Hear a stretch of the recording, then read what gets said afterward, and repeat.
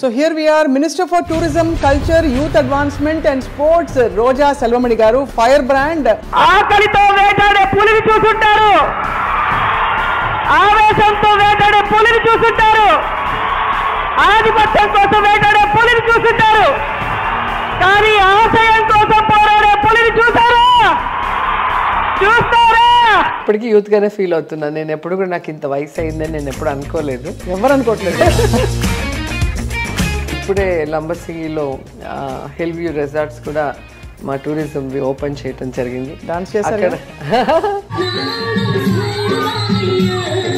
జగన్మోహన్ రెడ్డి గారి పుట్టినరోజు వచ్చింది. ఆయనలో నచ్చిన 2-3 అడ్మైర్ చేసే గుణాలు. అందరు ముఖ్యమంత్రి కొడుకులు చూస్తే తండ్రి అధికారానికి వారసులుగా ఉండాలి అని ఆలోచిస్తారు. కానీ జగన్మోహన్ రెడ్డి గారు రాజశేఖర రెడ్డి ఆశయాలకి వారసుడిగా ఉంటూ ముందుకు వెళ్ళటం అనేది. మీకు మీ నియోజకవర్గ సీనియర్ నాయకులకి మధ్య పచ్చగడ్డి వేస్తే భగ్గుమంటుందనే అంత ఒక, లేదా వేరే ఏదైనా లాభాపేక్షతో నాతో గొడవ పడి వాళ్ళు దూరం అయితే అది వాళ్ళ కర్మ. మీరు ఎప్పుడు వస్తుందని అనుకుంటున్నారు వైజాగ్ పరిపాలన? రాజధాని నువ్వు ఇక్కడ కావాలనుకుంటే అమరావతిలో ధర్నా చేయాలి. నువ్వు ఉత్తరాంధ్రలో పోయి నీకు పెట్టవు, మా ఊర్లో పెట్టుకుంటామని, కర్నూలుకి వెళ్ళి మీ ఊర్లో పెట్టం, మా ఊర్లో పెట్టని తంతారు.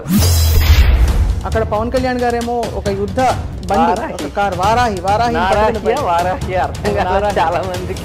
ఏమీ లేకపోతే ప్రజల దగ్గరికి ఎలా వెళ్తారు? ఏ ధైర్యంతో వెళ్తారంటారు? వాళ్ళంత సిగ్గులేని వాళ్ళు ఎవరు లేరండి. ఇంట్లోనే గెలవలేని వాళ్ళు వచ్చి బయట జగన్మోహన్ రెడ్డిని రానియము, ఇది నా శాసనం అంటే శాసనసభ గేటు కూడా తాకలేకపోయాడు 2019లో. మొన్న కూడా చెప్పు చూపించి ఇట్లా అంటాడు. మనం చూపించినప్పుడు ఎదుటోడు మనకి చూపించలేడా? చంద్రబాబు నాయుడు గారిని ఏడిపించింది ఎవరు? సొంత భార్యని రోడ్డు మీద తీసుకొచ్చి పెట్టాడు. ఆమె మీద జనాలకి అనుమానం వచ్చే విధంగా చేసి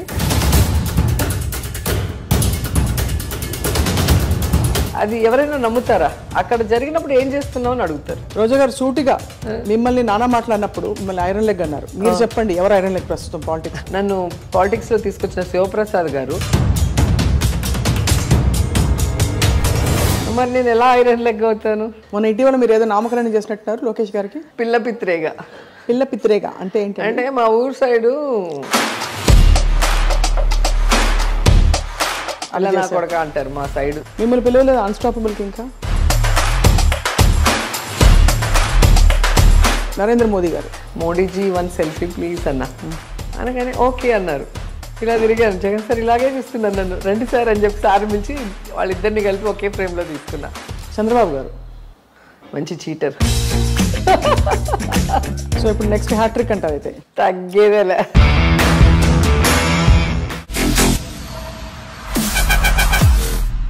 నమస్తే. సామాజికంగా మనం ముందుకు వెళ్తున్నామా లేదా నిర్ధారించుకోవడానికి కొన్ని కొలమానాలు ఉంటాయి. అందులో ఒక ప్రామాణికమైన విషయం ఏంటంటే మహిళలకి సామాజిక అంశాలలో పెద్ద కీలకమైన పాత్ర ఉండడం. డాక్టర్ వైఎస్ రాజశేఖర రెడ్డి గారు తన మంత్రివర్గంలో మహిళలకి చాలా పెద్దపీట వేసిన విషయం అందరికీ తెలిసిందే. అలాగే అదే పరంపరని కొనసాగిస్తూ ఆంధ్రప్రదేశ్ ప్రస్తుత ముఖ్యమంత్రి వైఎస్ జగన్మోహన్ రెడ్డి తన క్యాబినెట్లో ఎంతోమంది మహిళలకి గొప్ప అవకాశాలు ఇచ్చారు. అండ్ ఇదే సందర్భాన్ని పురస్కరించుకుని ఇవాళ మనం మాట్లాడబోతున్నాం చాలా కీలకమైన పోర్ట్ఫోలియో బాధ్యతల్ని నిర్వర్తిస్తున్న శ్రీమతి రోజా సెల్వమణి గారితో, minister for tourism, culture, youth advancement and sports. ప్రత్యేకంగా తన ప్రణాళికలు ఏమిటి, అలాగే జగనన్న 50వ పుట్టినరోజు సందర్భంగా జగనన్నకి వారి విషెస్ అండ్ తర్వాతి అంశాలు కూడా మాట్లాడబోతున్నాం. ప్రస్తుతం మనం రోజా గారి ఇంటి ముందున్నాం. టూరిజం అండ్ కల్చర్ అన్నట్టుగానే చాలా అందమైన డెకరేషన్తో ఈ ఇల్లు స్వాగతం పలుకుతోని మనం ఇంట్లోకి వెళ్ళి మంత్రి గారిని పలకరించబోతున్నాం. అనేక విషయాలపై ఇవాళ చాలా ప్రత్యేకమైన ఎపిసోడ్ తప్పకుండా చూడాలి మీరు.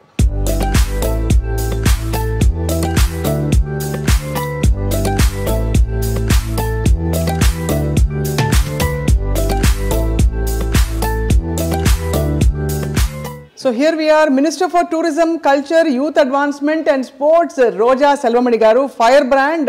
But actually చాలా ఆర్టిస్టిక్ సైడ్ బయటికి తీసుకురావడానికి ఒక గొప్ప అవకాశం వచ్చింది ఈసారి. రోజా గారు నమస్కారం. నమస్తే అండి. పర్ఫెక్ట్గా మీకే అతికినట్టు చక్కగా మీకోసం కుట్టినట్టుంది ఆ పదవి. అవును. So interesting. నాకు ఇంట్రెస్ట్ ఉన్న అన్ని శాఖలు కలిపి నాకు ఇవ్వటం జరిగింది. రైట్. సో టూరిజం అంటే మీకు తెలుసు, మేము తిరిగిన అన్ని స్టేట్స్ కానీ అలాగే ఫారిన్ కంట్రీస్ కానీ లోకల్గా కానీ సో ఏది వదిలిపెట్టలేదు. గుళ్ళు కానీ లొకేషన్స్ కానీ ఫోర్ట్స్ కానీ.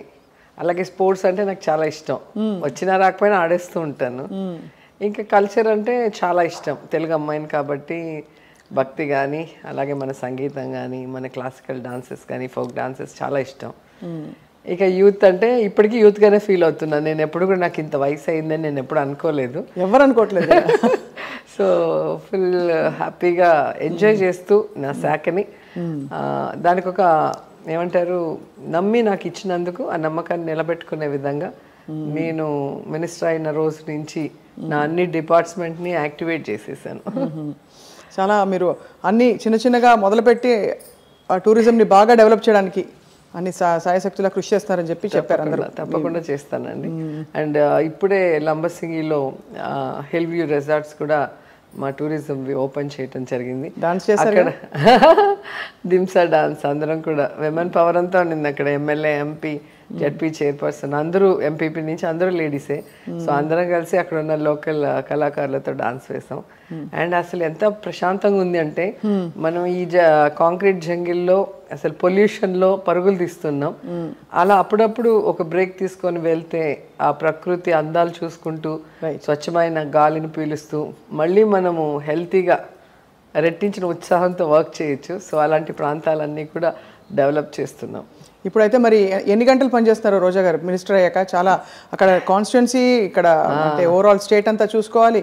మళ్ళీ అంటే ఇప్పుడు కరెక్ట్గా జగన్ సార్ బర్త్డే రావటం, జగన్ గారు అంటే మాకు చాలా ఇష్టం. సో అలాంటి ఒక ముఖ్యమంత్రి గారు మన రాష్ట్రంకి ఉండటం మన అదృష్టం. సో ఆయన బర్త్డేని అందరూ కూడా సెలబ్రేట్ చేసుకుంటారు వారి ఇంట్లో మనిషిలాగా. సో దాన్ని నా శాఖ ద్వారా క్రీడాకారులతో కళాకారులతో చేయాలి అనుకున్నాను. సో 1 month నుంచి బ్రహ్మాండంగా చేస్తున్నాం. అన్ని చోట్ల చాలా సపోర్ట్ కళాకారుల నుంచి కానీ ప్రజల నుంచి కానీ అలాగే మా పార్టీలో ఉన్న ప్రజాప్రతినిధులు అందరూ ఉత్సాహంగా పాల్గొని సక్సెస్ చేసుకుంటూ వచ్చాం. సో మరి ఇప్పుడు మీరు ఐడెంటిఫై అవ్వాలంటే మీరు బహుముఖ ప్రజ్ఞాశాలి కాబట్టి ఒక ఆర్టిస్ట్గా చూసాం సినిమా తెరపై. అండ్ ఒక జబర్దస్త్ లాంటి షోలో ఒక కీలకమైన పాత్ర ఒక జడ్జిగా చూసాం. And we have seen you now as a minister. కాబట్టి దేంతో ఎక్కువ ఐడెంటిఫై అవుతారు రోజా గారు? రోజా ఒక మంచి అమ్మాయి లేదా ఒక మంచి మనిషి అని అనిపించుకోవడం ఇష్టం నాకు. ఇవన్నీ కూడా సెకండరీ. కొన్ని రోజులు ఉంటాయి, కొన్ని రోజులకి కనుమరుగవుతాయి. నేను ఎన్ని రోజులు హీరోయిన్గా చేయగలను, ఎన్ని రోజులుగా మినిస్టర్గా ఉంటానో తెలీదు. అలాగే ఇవన్నీ కూడా పాసింగ్ క్లౌడ్స్ లాగా మన లైఫ్లో. కానీ రోజా అనేది శాశ్వతం కదా. సో ఆ ఇది నాకు కావాలి. ఎప్పటికీ నేను వాళ్ళ హృదయాల్లో వాళ్ళు ఇష్టపడే రోజాగా ఉండాలి అనుకుంటాను. జగన్మోహన్ రెడ్డి గారి పుట్టినరోజు వచ్చింది, మీరు ఇంత సోదరిగా ఇన్ని ప్రయత్నాలు చేసి అందరి చేత చేయిస్తారు కాబట్టి ఆయనలో నచ్చిన 2-3 బాగా మీకు చాలా పర్సనల్గా మీరు చూసి అడ్మైర్ చేసే గుణాలు? నాకు సార్తో ఈ పాదయాత్ర అప్పుడు ఆల్మోస్ట్ దగ్గర నుంచి ఆయన చూడటం జరిగింది. మనిషి పేదవాడా గొప్పవాడా అనే తేడా లేకుండా ప్రతి మనిషిని కూడా ఒక మనిషిగా గౌరవించి ఆప్యాయంగా హక్కున చేర్చుకునే విధానం నచ్చింది. అసలు అక్కడికి వచ్చే వాళ్ళకి చెమటలు పట్టిపోయి ఉంటాయి, లేదా ఏదైనా మోసుకొని వస్తే చెత్తంతా ఉంటుంది, లేదా కొంతమందికి అయితే ఇట్లా పెద్ద పెద్ద కాయలు కాసి ఒకలాంటి స్కిన్ డిసీజ్. ఎవరైనా కూడా ఒకటే ఎక్స్ప్రెషన్, ప్రేమగా వాళ్ళని చూస్తూ ఇలా ఆశీర్వదించడం కానీ నుదురు మీద ముద్దు పెట్టడం కానీ చూస్తే నాకు నిజంగా ఆశ్చర్యం వేస్తుంది. మన ఓన్ పిల్లలే ముక్కులో గారుతుంటే తుడిచిగానే ఎత్తుకోరు, కొంతమంది మనం చూసాం. సో నీట్గా లేకపోతే కొంతమంది ఎత్తుకోరు. అలా కాకుండా బయట వాళ్ళని కూడా, సొంత వాళ్ళనే మనం ఎత్తుకోలేని పరిస్థితిలో బయట వాళ్ళని కూడా ఆయన ఎంత ప్రేమగా, అసలు ఆ ఎక్స్ప్రెషన్ ఇంకెవరికి రాదు. మేమందరం కూడా ఇంక ఎన్ని జన్మలు ఎత్తినా అది చేయలేము. ఆ మనసు బాగా ఇష్టం నాకు జగన్ గారి దగ్గర. అండ్ రెండవది, ఒక మనిషిని నమ్మితే ఆ మనిషికి ఒక మాట ఇస్తే దానికోసం ఏదైనా కూడా ఆయన వదులుకోవడానికి సిద్ధంగా ఉంటాడు. అది మనం అనేక సందర్భాల్లో చూసాం. ఈరోజు ఓన్లీ రాజశేఖర్ రెడ్డి గారిని అభిమానించే గుండెలు ఎన్నో ఆగిపోయాయి, ఎన్నో ఒక ఆశగా ఎదురు చూస్తున్నాయి. రాజన్న లేడు, మాకు ఇంకెవరున్నారు అని. వాళ్ళందరి కోసం తన లగ్జూరియస్ లైఫ్ హ్యాపీగా ఎంజాయ్ చేయాల్సిన వయసులో ఫ్యామిలీతో పిల్లలతో అన్నీ వదులుకొని ఒక్క ఆ నాన్నని ప్రజలు జీవితాంతం గుర్తుపెట్టుకోవాలి, నాన్న యొక్క ఆశయాల్ని ముందుకు నడిపించాలి అని చెప్పి ఆయన ఒక ప్రతిజ్ఞ చేశారు పావురాల గుట్టలో. దానికోసం ఎన్ని కష్టాలు, ఎన్ని అవమానాలు, ఎన్ని తప్పుడు కేసులు, ఎన్ని దాడులు ఆయన మీద చంపాలని మనమే చూస్తున్నాం. ఇన్ని జరిగితే ఇంకో మనిషి అయితే పాలిటిక్స్లో ఉంటాడా? మనకి ఎందుకు ఈ కర్మ, హ్యాపీగా వెళ్ళి ఎంజాయ్ చేయకుండా కావాల్సినంత డబ్బు ఉందని వెళ్ళిపోతారు. అలా కాకుండా అందరు ముఖ్యమంత్రి కొడుకులు చూస్తే తండ్రి ఆస్తికి, తండ్రి అధికారానికి వారసులుగా ఉండాలి అని ఆలోచిస్తారు. కానీ జగన్మోహన్ రెడ్డి గారు రాజశేఖర రెడ్డి ఆశయాలకి వారసుడిగా ఉంటూ ముందుకు వెళ్ళటం అనేది నేను ఎప్పటికీ మర్చిపోలేను. ఇది ఒక యూత్, భవిష్యత్ తరాలు, అలాగే ఇప్పుడున్న పాలిటిక్స్లో ఎవరైతే ఉన్నారో, కొత్తగా వస్తున్నారో వాళ్ళందరూ కూడా కేస్ స్టడీ లాగా జగనన్న లైఫ్ని తీసుకోవాలి. తప్పకుండా పట్టుదల. ఎందుకంటే ఈ కాలంలో ఇంత అవేర్నెస్ ఉన్నప్పుడు, ఇన్ని పొలిటికల్ పార్టీస్ ఉన్నప్పుడు 151 సీట్లు ఆయన కొట్టాడు అంటే ఆయన కష్టం, ప్రజలకి ఆయన మీద నమ్మకాన్ని కలిగించుకునే దాంట్లో సక్సెస్ అయ్యారు. అండ్ ఈరోజు అధికారంలోకి వచ్చాక అందరిలాగా ఏదో అధికారం కోసం అబద్ధాలు చెప్పి ఆ తర్వాత తప్పించుకోకుండా ఏ మాట ఇచ్చాడో ఆ మాట మీద నిలబడుతూ, స్టేట్ అప్పుల్లో ఉన్నా, విడిపోయి కష్టాల్లో ఉన్నా, అవన్నీ నా కష్టాలు, నేను భరించాలి, వాటితో ప్రజలకు సంబంధం లేదు, మనం ప్రజలకు ఏమైతే ఇచ్చామో ఆ వాగ్దానం నెరవేర్చాలని ఈరోజు ప్రతి సంక్షేమ పథకాన్ని టైం టు టైం ఇవ్వటం అనేది ఏ స్టేట్లో కూడా మనం చూడం. సో ఆ కమిట్మెంట్ నాకు బాగా ఇష్టం, ప్రజల కోసం ఆయన చేయటం. అంటే పాలిటిక్స్ అంటే పదవులు, డబ్బులు, అధికారం అనేది కాకుండా అది ఒక బాధ్యత, అది ఒక సర్వీస్ చేసే ఒక ఏమంటారు, ఒక వెపన్ లాగా. దాన్ని కష్టంగా, ఇంకా కష్టపడి ఆయన వాళ్ళకి మంచి చేయాలన్న ప్రయత్నం చేయటం చూస్తుంటే ఆశ్చర్యం వేస్తుంది. ఇలా కూడా పాలిటిక్స్ లో చేయొచ్చా అనిపించింది. ఆ కమిట్మెంట్ బాగా ఇష్టం నాకు. పొలిటికల్ లైఫ్, ఇప్పుడు మీరు కూడా మినిస్టర్ అయ్యారు, చాలా మందికి అనిపిస్తూ ఉండొచ్చు ఓ హాయిగా ఉన్నారు రోజా గారని, కానీ మీ రొటీన్ చూస్తే దిమ్మ తిరిగిపోతుంది. హాయిగా ఉండాలంటే ఉండొచ్చు, అలా ఉండే వాళ్ళు కూడా ఉంటారు, కానీ హాయిగా ఉండటం కాదు. మనం హాయిగా ఉండటానికి పాలిటిక్స్ లో రాలేదు, మనం సర్వీస్ చేయాలి, మన వల్ల 10 మందికి ఉపయోగపడాలి, మన వల్ల 10 మంది జీవితాలు బాగుపడాలి అన్న ఆలోచన జగన్ సార్ దగ్గర నుంచి మేము ఇన్స్పిరేషన్ గా తీసుకున్నాం. అందుకే మా వల్ల అయినంత వర్క్ చేస్తూ ముందుకు వెళ్తున్నాం. అండ్ ఫైనల్ గా నాకు జగన్ సార్ దగ్గర నచ్చేది విమెన్ ని గౌరవించడం చాలా ఇష్టం. ఒక విమెన్ ని పాలిటిక్స్ లో ఒక ఓటర్ గా వాడుకుంటారు తప్ప ఏ రోజు కూడా ఆమెకి సమానమైన స్థానం ఇవ్వాలని అనుకోరు. మీటింగ్స్ లో మాత్రం చెప్తారు మహిళా దినోత్సవం వస్తే చాలు ఆకాశంలో సగం, భూమిలో సగం, మన దేవతలు నలయారుతున్నారు, అది ఇద్దని మాట్లాడతారు తప్ప ఆ తర్వాత చూస్తే ఏముండదు. వాళ్ళకి నచ్చిన వాళ్ళకి ఒకరిద్దరికి ఇవ్వటమో, లేదా తండ్రులో, తాతలో, మొగుడో పాలిటిక్స్ లో ఉండి వాళ్ళు పైకి వెళ్తే వాళ్ళకి కంటిన్యూషన్ గా పెట్టారు. కానీ జగన్ గారు మాత్రం అన్ని ఎస్సీ, ఎస్టీ, బీసీ, మైనారిటీ అన్ని కులాలకి సమానంగా మహిళలకి రాజకీయ అధికారాన్ని ఇస్తున్నారు. అలాగే అన్నిట్లో 50% అవకాశాలు, అది వాలంటరీ వ్యవస్థలో కానీ, లేదా వర్క్స్ ఏవైతే డెవలప్మెంట్ వర్క్స్ ఉన్నాయి దాంట్లో కానీ, ఉద్యోగాల్లో కానీ, అన్నిట్లో కూడా ఆయన 50% ఇవ్వటం అనేది ఎవరు మర్చిపోలేరు. అండ్ ఈరోజు ఆయన తీసుకొచ్చిన సంక్షేమ పథకాలలో మెజారిటీ నాకు తెలిసి 75-80% పైగానే అన్ని మహిళల పేరు మీదే ఉంటాయి. హౌస్ పట్టా, హౌస్ తీసుకోండి, వైఎస్ఆర్ ఆసరా తీసుకోండి, వైఎస్ఆర్ చేయూత తీసుకోండి, అమ్మఒడి తీసుకోండి, ఏది తీసుకున్నా కూడా విమెన్ ని నమ్మి ఇస్తాడు. ఎందుకంటే ఒక విమెన్ బాగుంటే ఆ ఇల్లు బాగుంటుంది, ఆ రాష్ట్రం బాగుంటుంది, ఆ దేశం బాగుంటుందని నమ్మిన వ్యక్తి. నిజంగా ఆడపిల్లల చదువు కోసం, ఎందుకంటే పేదవాళ్ళు ఎప్పుడు కూడా చదువు ఎవరికి చెప్పించాలి అన్న ఒక క్వశ్చన్ వచ్చినప్పుడు అమ్మాయిలకి ఇస్తారు, అమ్మాయిలకి ఇవ్వరు. సో ఆ పరిస్థితి రాకుండా తల్లికి ఫైనాన్షియల్ సపోర్ట్ ఇచ్చి పిల్లలు డ్రాప్ అవుట్ అవ్వకుండా ఈరోజు ఆడపిల్లలు వాళ్ళ కాళ్ళ మీద వాళ్ళు నిలబడే విధంగా అమ్మఒడి, విద్యా దీవెన, వసతి దీవెన, ఫీజు రీఎంబర్స్మెంట్, అసలు మళ్ళీ వాళ్ళకి పౌష్టికమైన ఆహారం, ఇవన్నీ కూడా ఇచ్చి రియల్గా ఒక ఆడపడుచుకి ఒక అన్నలాగా, తమ్ముళ్ళలాగా, పిల్లలకి మేనమామలాగా ఆయన చేస్తున్న తీరు ఒక మహిళగా నేను మనస్ఫూర్తిగా అభినందిస్తున్నాను. ఈ పార్టీలో మహిళ మినిస్టర్గా ఉండటం గర్వంగా ఫీల్ అవుతున్నాను. చాలా గొప్ప విషయం మీరు అన్నట్టే. ఎందుకంటే చాలా ఎంత పటిష్టంగా ఉండే పార్టీలోనైనా ప్రతి చోట ఒకే ప్లేస్లో పవర్ స్ట్రగుల్స్ ఉంటాయి. అటువంటి మీ జిల్లాలో కూడా, మీ నియోజకవర్గంలో కూడా కొంత వర్గ పోరు ఉన్న మాట అందరికీ తెలుసు. అది ఇంట్లోనే ఉంటుంది కదా, ఆస్తులు ఉంటే 2-3 పిల్లలు ఉంటే అంతవరకు బాగానే ఉంటారు. పెళ్ళిళ్ళు అవ్వగానే ఆస్తి పంపకాలు వచ్చే కొద్దికి ఆ చిన్న ఇది ఉంటుంది, నేను పెద్దోడిని, నేను చిన్నోడిని, లేదా నేను కష్టపడ్డా నాకు ఎక్కువ. అది హెల్తీ కాంపిటీషన్గా ఉన్నంత వరకు ఏం ప్రాబ్లం ఉండదు. సో దాన్ని డీల్ చేయగలిగే శక్తి సామర్థ్యం జగన్ గారికి ఉన్నాయి. రోజా గారికి ఉంది, రోజా గారికి కూడా ఉందని చెప్పచ్చా? నాకు ఇన్స్పిరేషన్ జగన్ గారు. ఫస్ట్ నుంచి నాకు ఇన్స్పిరేషన్ జయలలిత గారు ఉండేవారు. తర్వాత అంటే నేను ఆవిడని దూరంగా చూసి ఇన్స్పైర్ అయ్యాను. ఒక లేడీగా సేమ్ ఫీల్డ్ నుంచి, సినిమా ఫీల్డ్ నుంచి రావటం, అవును, పార్టీలో ఆవిడని ఎంత హ్యూమిలేట్ చేసి ఎంత స్ట్రగుల్ పడిందో అవన్నీ చూశాను. కాబట్టి నాకు విమెన్ అంటే అలా ఉండాలి, టైగర్ లాగా అనిపించేది. జయలలిత గారిని చూశాను. జగన్ గారిని దగ్గర నుంచి పాదయాత్రలో మా నియోజకవర్గంలో 2-3 టైమ్స్ వచ్చారు సార్.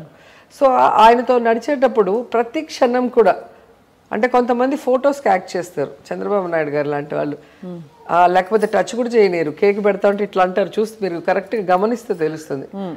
సో ఓన్లీ ఫోటో వరకు యాక్ట్ చేసి వెళ్ళిపోతారు వాళ్ళు. కానీ జగన్ గారు 24 అవర్స్ ప్రజల్లో ఉన్నారు. 24 అవర్స్ ఉంటే ఏ మనిషి అయినా బయటపడిపోతారు వాళ్ళలో తప్పులు ఉంటే, ఒకవేళ వాళ్ళు యాక్ట్ చేస్తుంటే. ఆయన రియల్గా మనస్ఫూర్తిగా ప్రజల్ని అభిమానిస్తున్నాడు, ప్రేమిస్తున్నాడు. కాబట్టి ఆయన 24 అవర్స్ జనాల్లో ఉన్నా కూడా జనాలు అభిమానిస్తున్నారు, ఎక్కడ కూడా ఆయన గురించి బ్యాడ్గా మాట్లాడకుండా. అంటే ఆయన ఎంత బాగా వాళ్ళని అర్థం చేసుకుంటున్నాడు, వాళ్ళ సమస్యల్ని ఓపిక్గా వింటున్నాడు, వాటికి భరోసా ఇస్తూ ఎలా ముందుకు వెళ్ళాడు అనేది గమనించాను. అండ్ కాళ్ళు బొబ్బలు ఎక్కేసి అసలు మాకైతే ఒక 5 days నగిరి నుంచి తిరుమలకి పాదయాత్ర చేశాను. ఒకసారి నాకు బొబ్బలు వచ్చేసి వారం 10 రోజులు పడుకునేసాం, కాలు తీసి కాలు పెట్టలేక. కానీ ఆయన ఎక్కడ ఆపకుండా 3600 కిలోమీటర్ల పైగా ఆయన నడవటం అనేది చూస్తుంటే నిజంగా ఆయన డెడికేషన్కి హ్యాండ్స్ ఆఫ్ చెప్పేసి జగన్ అని అంటారు. సో రోజా గారు మొత్తం మీద పొలిటికల్ లైఫ్ ఇప్పుడు మీరు సెటిల్ అయిందని అనుకోవచ్చా? ఎందుకంటే ఇప్పటికి కూడా హ్యాపీగా, ఎందుకంటే 2 ఏళ్ల క్రితం ఐ థింక్ మిమ్మల్ని మరొక సందర్భంలో మామూలుగా పలకరించినప్పుడు కొంతమంది విలేకరులతో కొన్ని సందర్భాల్లో మీకు మంత్రి పదవి రాలేదే అని చాలా మంది ఫీల్ అయ్యారు. అంటే నాకన్నా నా వెల్ విషర్స్కి నన్ను అభిమానించే వాళ్ళందరూ కూడా ఫీల్ అయ్యారు. ఎందుకంటే జగన్ గారి పార్టీలో ఫస్ట్ క్యాబినెట్లో ఉంటారు అనుకున్నాము. అంటే ఒకే క్యాస్ట్ ఒకే జిల్లాలో ఇస్తారని కూడా ఎక్స్పెక్ట్ చేయలేము. అండ్ జగన్ గారికి కూడా ఈక్వేషన్స్ ఉంటాయి, చాలామంది అందరికీ కూడా వెయ్యాలి కదా, అప్పుడు 13 జిల్లాలు ఉన్నాయి. సో నాకైతే ఖచ్చితంగా నమ్మకం ఉంది సార్ ఎప్పటికీ నన్ను చేయవదలరని. అండ్ ఇంకోటి, నాకు ఎప్పుడు కూడా మంత్రి పదవి మీద ఆశ కూడా లేదు. ఎందుకంటే నాకు ఇండివిజువల్గా ఒక పేరు నేను తెచ్చుకోగలిగాను. అండ్ ఎమ్మెల్యేగా అపోజిషన్లో కూడా నేను సస్టైన్ అయ్యి ఒక మంచి పేరు తెచ్చుకోగలిగాను అసెంబ్లీ లోపల బయట. సో ఖచ్చితంగా ఈరోజు ఆ పదవి ఇచ్చినా లేకపోయినా జగనన్న సీఎం అయితే మేము అందరం సీఎం అయినట్టే. సో మాకు ఆ పవర్ అనేది స్టేట్ వైడే కాదు, ఈ దేశంలో ఎక్కడికి వెళ్ళినా ఉంటుంది. ఇప్పుడు నేను చాలా చోట్లకి కూడా మొన్న లక్నో వెళ్ళాము, అలాగే అయోధ్య వెళ్ళాను, కాశీకి వెళ్ళాను. ఎక్కడికి పోయినా ఇక్కడ ఎంత ఉందో దీనికి డబుల్గా ప్రోటోకాల్ వాళ్ళు ఆహ్వానించి మాకు ఇస్తున్నారు అంటే అది జగన్ గారి ఆశీర్వాదమే. సో ఖచ్చితంగా పదవి అనేది సెకండరీ. 10 మంది గుచ్చుతూ ఉంటే అది ఒక బాధ, ఏంటి మీకు ఇలేదే, మీరు ఫస్ట్ నుంచి ఉన్నారు ఇట్లా అంటుంటే ఏంట్రా బాబు వీళ్ళు ఇట్లా అడుగుతున్నారు, వీళ్ళ కోసమైనా అన్నిస్తే పని అయిపోతుంది, లేకపోతే వీళ్ళతో పడలేకపోతున్నా అనుకున్నాను. అంతేగాని ఆ పదవి వల్ల కొత్తగా నాకు ఏదో వచ్చేస్తుంది, అది లేకపోతే ఏదో పోతుంది అనేది లేదు. ఇస్తే ఇంకా నాకు యాడెడ్ గౌరవం అంతే, ఒక ప్రోటోకాల్తో నేను ఇంకా బాగా చేసేదానికి అవకాశం. మీకు మీ నియోజకవర్గ సీనియర్ నాయకులకి మధ్య పచ్చగడ్డి వేస్తే భగ్గుమంటుందనే అంత ఒక పడనితనం, వర్గపోరుందంటారు, వాస్తవమా రోజా గారు? మిమ్మల్ని చూస్తే నేను యాక్చువల్గా ఎవరితో గొడవ పెట్టుకోను.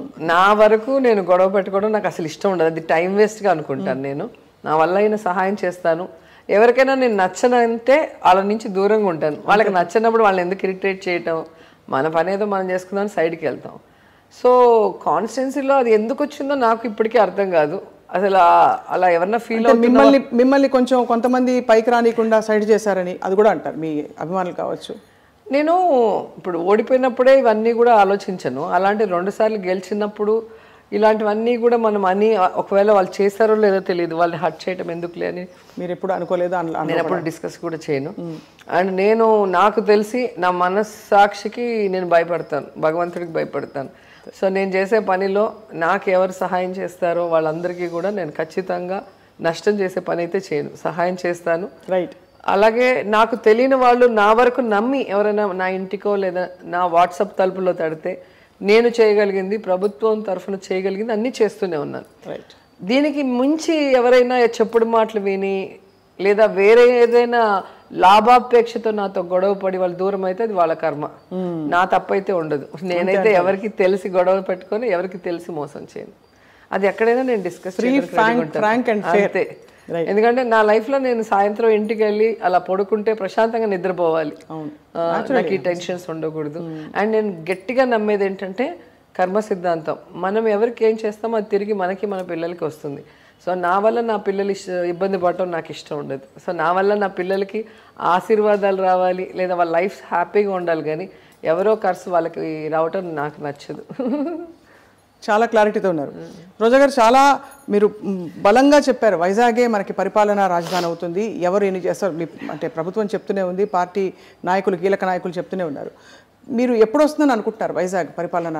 యాక్చువల్గా ఇప్పుడు కాదండి, అసలు రాజధాని కట్టాలనుకున్నప్పుడే పర్ఫెక్ట్ ప్లేస్ వైజాగ్, అది అందరికీ తెలిసింది. చంద్రబాబు నాయుడు కుట్రతో కుతంత్రంతో తన వాళ్ళ మధ్య తన సామ్రాజ్యాన్ని అంటే అవినీతి సామ్రాజ్యాన్ని నిర్మించుకొని జీవితాంతం ఉండి ఎవరిని రానికుండా చేయాలన్న ఒక దురాలోచన చేసి ఈరోజు 3 పంటలు పండే భూముల్ని సర్వనాశనం చేసి కనీసం 5 ఏళ్ళు ముఖ్యమంత్రిగా ఉన్నప్పుడు మినిమం పర్మనెంట్గా అంటే ఒకటి బిల్డింగ్ కట్టకుండా ఈరోజు అక్కడ ఏదో తను కట్టేసినట్టు దాన్ని వదిలేసి ఎవరో ఎక్కడో పోతున్నట్టు మీడియాలో మొత్తం ఏ విధంగా ప్రాపగండ చేశాడో మనం చూసాం.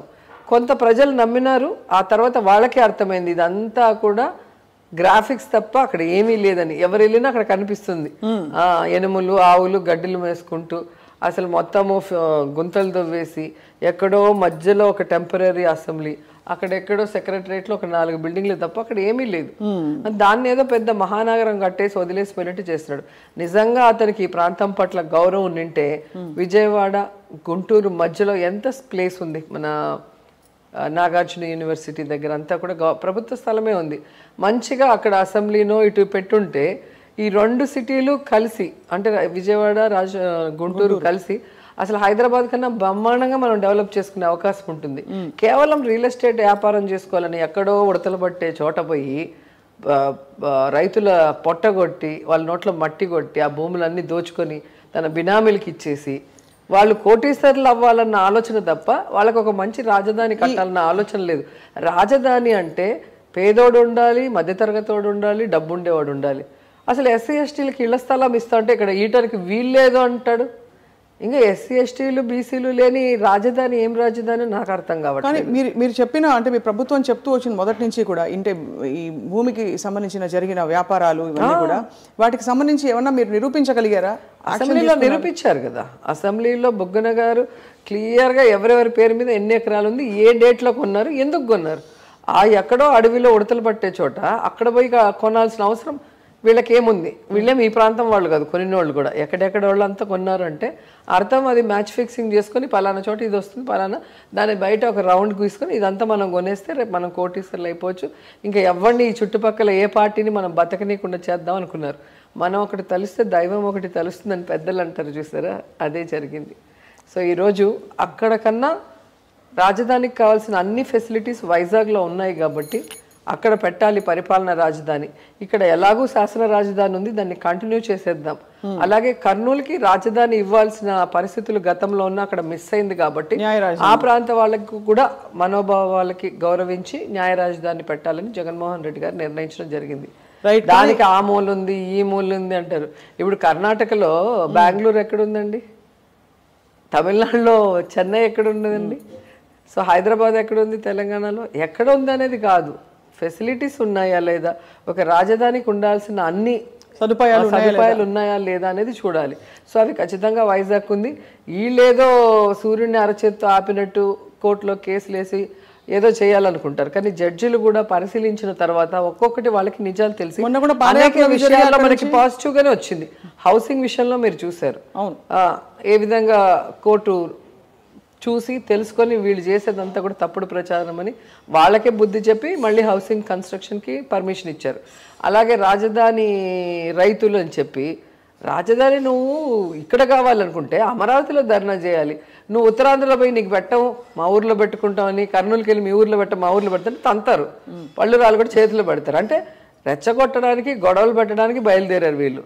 మరి ఫస్ట్లో వీళ్ళు రైతులు అనుకొని ఒప్పుకున్న కోర్టు తర్వాత మనం చెప్పినవి చూపించిన రుజువులు చూసాక అర్థమైంది ఇది పొలిటికల్ గేము, వీళ్ళందరూ కూడా వాళ్ళ బినామీలు లేదంటే పెయిడ్ ఆర్టిస్టులు తప్ప రియల్ రైతులు లేరని తెలుసుకొని వాళ్ళు క్లియర్గా ఇచ్చారు. రైతు అనేవాడు ఆ రైతుకు సంబంధించిన ఐడి కార్డు వేసుకొని చేయాలంటే ఎక్కడ పోయింది ఆ పాదయాత్ర? గాల్లో కలిసిపోయింది. అంటే ఎక్కడ రైతులు చేయలేదు, వీళ్ళు చేసుకుంటున్నారు. సో కోర్టుకు కూడా ఇప్పుడు నిజాలు అర్థమవుతున్నాయి ఒక్కొక్క విషయంలో వాళ్ళకి బాగా అర్థం. మీ ప్రభుత్వం అన్ని సవ్యంగా చేస్తోంది, జగన్మోహన్ రెడ్డి గారు బాగా చేస్తున్నారు అన్ని కూడా అని సంక్షేమ పథకాలు పదే పదే మీరు చెప్తున్నారు. కానీ ప్రతిపక్షం మాత్రం దుమ్మెత్తిపోస్తుంది. అక్కడ పవన్ కళ్యాణ్ గారేమో ఒక యుద్ధ విమానం లాంటిది, విమానం కాదు అది బండి, కార్, వారాహి అర్థం కాదు చాలా మందికి. బయలుదేరుతున్నారు ఆయన స్పెషల్గా, అంటే ఆ యుద్ధ స్ఫూర్తితో బయలుదేరుతున్నారు. ఏమీ లేకపోతే ప్రజల దగ్గరికి ఎలా వెళ్తారు, ఏ ధైర్యంతో వెళ్తారంటారు? వాళ్ళంత సిగ్గులేని వాళ్ళు ఎవరు లేరండి. ప్రజలు ఎన్నిసార్లు చిత్కరించుకున్నా వాళ్ళు ఏదో ఒక కారణం పెట్టుకొని వస్తూనే ఉంటారు. ఈరోజు హైదరాబాద్లో ఉంటూ హ్యాపీగా షూటింగ్లు చేసుకుంటూ హ్యాపీగా లైఫ్ని ఎంజాయ్ చేసుకుంటూ, ఎప్పుడో చంద్రబాబు నాయుడుకి ఇబ్బంది వచ్చిందంటే ఆయన ఒక ఫోన్ కొట్టి ఒక ప్యాకేజ్ ఇస్తే పరిగెత్తుకుంటూ వచ్చి ఒక స్టేట్మెంట్ ఇచ్చి ఏదో నానా యాగి చేసి పోవటం తప్ప, ఆయన పార్టీ పెట్టిన రోజు నుంచి ఈ రోజుటి వరకు చాలామంది పార్టీలు పెట్టారు. ఎన్టీఆర్ పార్టీ పెట్టారు, మన జగన్ సార్ పార్టీ పెట్టారు, పిఆర్పి పార్టీ పెట్టారు, ఇప్పుడు జనసేన పెట్టారు. పార్టీ పెట్టిన తర్వాత ప్రజల కోసం ఎవరు ఏం చేశారు, ప్రజల్లో ఎన్ని గంటలు ఉన్నారు, ప్రజల సమస్యలకి ఎలా స్పందించారు, వాళ్ళు అధికారంలో వస్తే ప్రజలకి ఏం చేస్తామని చెప్పారో ఒక్కసారి మీరు రివైండ్ చేసుకొని చూస్తేనే అర్థమవుతుంది. వీళ్ళు షూటింగ్ సినిమాలో లాగా 2.5 గంటల్లోనే సీఎం అయిపోయి చైర్లో కూర్చొని వాళ్ళు చెప్పినట్టు ఆడాలి అనుకుంటారే తప్ప, వాళ్ళు ప్రజల్లో ఉంటూ ఎండనక వాననక ప్రజల కష్టాలకి సపోర్ట్ చేస్తూ ప్రజల్లో మమేకమై వాళ్ళ మనిషి అనిపించుకునే టైం వీళ్ళకు ఉండదు. అలాంటప్పుడు ప్రజలు ఎలా ఒప్పుకుంటారు? మీకు క్లియర్గా కనిపిస్తుంది కదా. ఈరోజు పవన్ కళ్యాణ్ కానీ వాళ్ళ అన్నలు కానీ ముగ్గురు కంటెస్ట్ చేశారు. ముగ్గురు కంటెస్ట్ చేసిన వాళ్ళ సొంత ఊర్లోనే ముగ్గురిని ఓడించారు అంటే దాన్ని బట్టి మీకు అర్థం కావట్లేదండి. ఇంట గెలిచి రచ్చ గెలిచాలి. ఇంట్లోనే గెలవలేని వాళ్ళు వచ్చి బయట జగన్మోహన్ రెడ్డిని రానియము, ఇది నా శాసనం అంటే శాసనసభ గేటు కూడా తాకలేకపోయాడు 2019లో. ఇలాగే మాట్లాడుతుంటే మెంటల్ హాస్పిటల్లో జాయిన్ చేసేస్తారు. ఎందుకంటే ఈ రోజు వరకు మొదట పార్టీ పెట్టగానే కంటెస్ట్ చేయకుండా బీజేపీకి టీడీపీకి ఓటేమని చెప్పి ఆ తర్వాత పెట్టి బీజేపీని టీడీపీని తిట్టేసి ఇప్పుడు మళ్ళీ వాళ్ళతోనే కలుస్తాను, జగన్మోహన్ రెడ్డిని మాత్రం సీఎం కానీ నువ్వు ఎవరితోనే కలుస్తాను అంటే ఆయన ఒప్పుకున్నట్టు కదా. నాకు బలం లేదు, నేను సినిమాలోనే హీరోని, నేను రియల్ లైఫ్లో హీరోని కాదు, నేను ఒక్కడిని జగన్మోహన్ రెడ్డిని ఏం చేయలేను, ఆయన ఒక పవర్ఫుల్ ఇది అనేది అర్థమైపోయింది కదా, ఆయన మాటల్లోనే తెలుస్తుంది.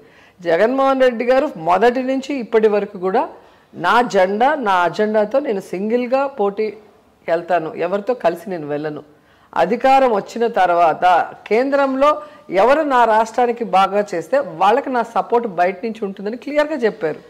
ఆ దమ్ము ధైర్యం ఈయనకి లేదు. సినిమా హీరో చెప్పుకుంటాడు, నేను 175 ప్లేసుల్లో 175 మంది క్యాండిడేట్లు పెడతాను, నా దమ్ము ధైర్యం ఏంటో చూపిస్తాను, జగన్మోహన్ రెడ్డిని ఓడిస్తానని చెప్పమానండి. అది రాదు. దాన్ని బట్టి మీరు అర్థం చేసుకోవచ్చు కదా ప్యాకేజ్ స్టార్ అని.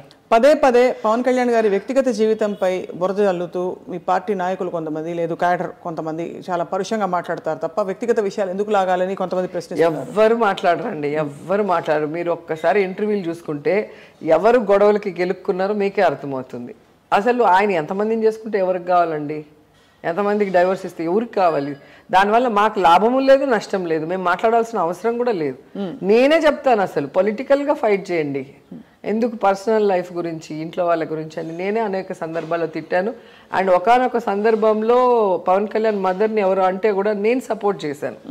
నాకు అతనితో గొడవ ఉన్నా కూడా నేను సపోర్ట్ చేశాను. అంటే పర్సనల్గా ఇంట్లో వాళ్ళని లాగకూడదు. ఎవరైనా ఇంట్లో వాళ్ళకి పాలిటిక్స్ తెలియదు, పాలిటిక్స్తో వాళ్ళకి సంబంధం లేదు, వాళ్ళని మనము హ్యూమిలేట్ చేసి వాళ్ళని డిప్రెస్ చేసే రైట్స్ మనకి లేదు కదా.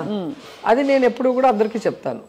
ఈయన అందరినీ మాట్లాడటం, ఆడెవడో మాడికి ఉంటారు కదా, క్యాడర్కి ఎక్కడో కాలుతుంది లేదా సోషల్ మీడియా వాళ్ళకి ఏదో అవుతుంది, వాళ్ళు ఏదో ఒకటి మాట్లాడతారు. ఆ పరిస్థితి తెచ్చుకోవాల్సిన అవసరం ఏముంది? మొన్న కూడా చెప్పు చూపించి ఇట్లా అంటాడు. ఇప్పుడు ఎవడో అంటాడు, మా వాళ్ళల్లో కూడా చిన్న చిన్న వాళ్ళు ఉంటారు కదా కార్యకర్తలు, వాళ్ళ ఆవేశంతో వాళ్ళు చెప్పు చూపిస్తే నీ స్టేటస్ ఏమైపోయింది, నీ పరువు ఏమైపోయింది? మనం చూపించినప్పుడు ఎదుటోడు మనకు చూపించలేడా? మనం పనితో వాళ్ళ మనసు జయించాలి, పనితో మనం ఏంటో చూపించుకోవాలి. అప్పుడు ఎవడు కూడా మాట్లాడేదానికి లేదు. ఒకవేళ మాట్లాడినోడిని పిచ్చోళ్ళలాగా చూస్తారు. ఇప్పుడు జగన్ సార్ ఇంత చేస్తుంటే ఆయన్ని పిచ్చి పిచ్చిగా మాట్లాడే చంద్రబాబు నాయుడిని, లోకేష్ని, పీకేని పిచ్చోళ్ళలాగా జనాలు చూస్తున్నారు. ఎందుకంటే జగన్ సార్ ఎప్పుడు మాట్లాడు ఎవరి గురించి, తన పని మాట్లాడాలని అనుకునే మనిషి. అట్లా వాళ్ళు కూడా వాళ్ళ పనితో చూపించాలి. వాళ్ళు అసలు టైం అంతా ఎక్కడో ఇది చేసి కనీసం ఇల్లు కట్టుకోరు, ఓటు ఉండదు ఆంధ్రప్రదేశ్లో. కానీ ఆంధ్రప్రదేశ్ ప్రజల మీద ప్రేమ ఉన్నట్టు వీళ్ళు స్పీచ్లు ఇచ్చేస్తే ఎవరు నమ్ముతారు? ప్రజల్లో ఉండాలి, ప్రజల కష్టాలు తెలుసుకోవాలి, వాటికి సపోర్టివ్గా ఉండాలి, వాళ్ళ సంతోష సమయంలో వాళ్ళతో కలిసి పాలు పంచుకోవాలి. అది లేదంటారు. అది ఎక్కడ ఉంది ఒక్కటి చెప్పండి మీరు. అంటే మధ్య మధ్యలో అప్పుడప్పుడు ఇప్పుడు ప్రత్యేకమైన వాహనం తీసుకుని, మిలిటరీ వాహనం తీసుకుని బయలుదేరుతున్నారు. ప్రజల కోసమే కదా. అవునా, ప్రజలు అది నమ్మాలి కదా, మా కోసమని ప్రజలు నమ్మాలి కదా. ప్రజలకి ఈరోజు పవన్ కళ్యాణ్ మీద నమ్మకం లేదు కాబట్టి 2 చోట్ల నించున్నా 2 చోట్ల ఓడించారు. ఎందుకంటే ప్రజలు గమనిస్తూ ఉంటారు మన మాటని, మన ప్రవర్తనని, మనం ఇచ్చిన వాగ్దానాన్ని మనం నెరవేరుస్తున్నామా లేదా, మనం ఎవరికైనా ఒక సజెషన్ చేసినప్పుడు అది మనం ఫాలో అవుతున్నామా లేదా, అన్నీ కూడా చూస్తుంటారు జనాలు. మనం అనుకుంటాం జనాలు అమాయకులు, వాళ్ళకి ఏం తెలియదని. అందరికన్నా తెలివైన వాళ్ళు ప్రజలు. ఆ ప్రజలు అందరినీ గమనిస్తూ ఉంటారు. కానీ ఇదే కొనసాగిస్తే చంద్రబాబు నాయుడు గారిని ఏడిపించింది ఎవరు? ఆయన కంటతడి పెట్టి ఒకరోజు విపరీతంగా ఏడిచిన ఆయన అత్యాసే ఆయన్ని ఏడిపించింది. ఆయన చేసిన తప్పులు పాపాలకి ఈరోజు ఆయన ఏడవలసిన పరిస్థితి వచ్చింది.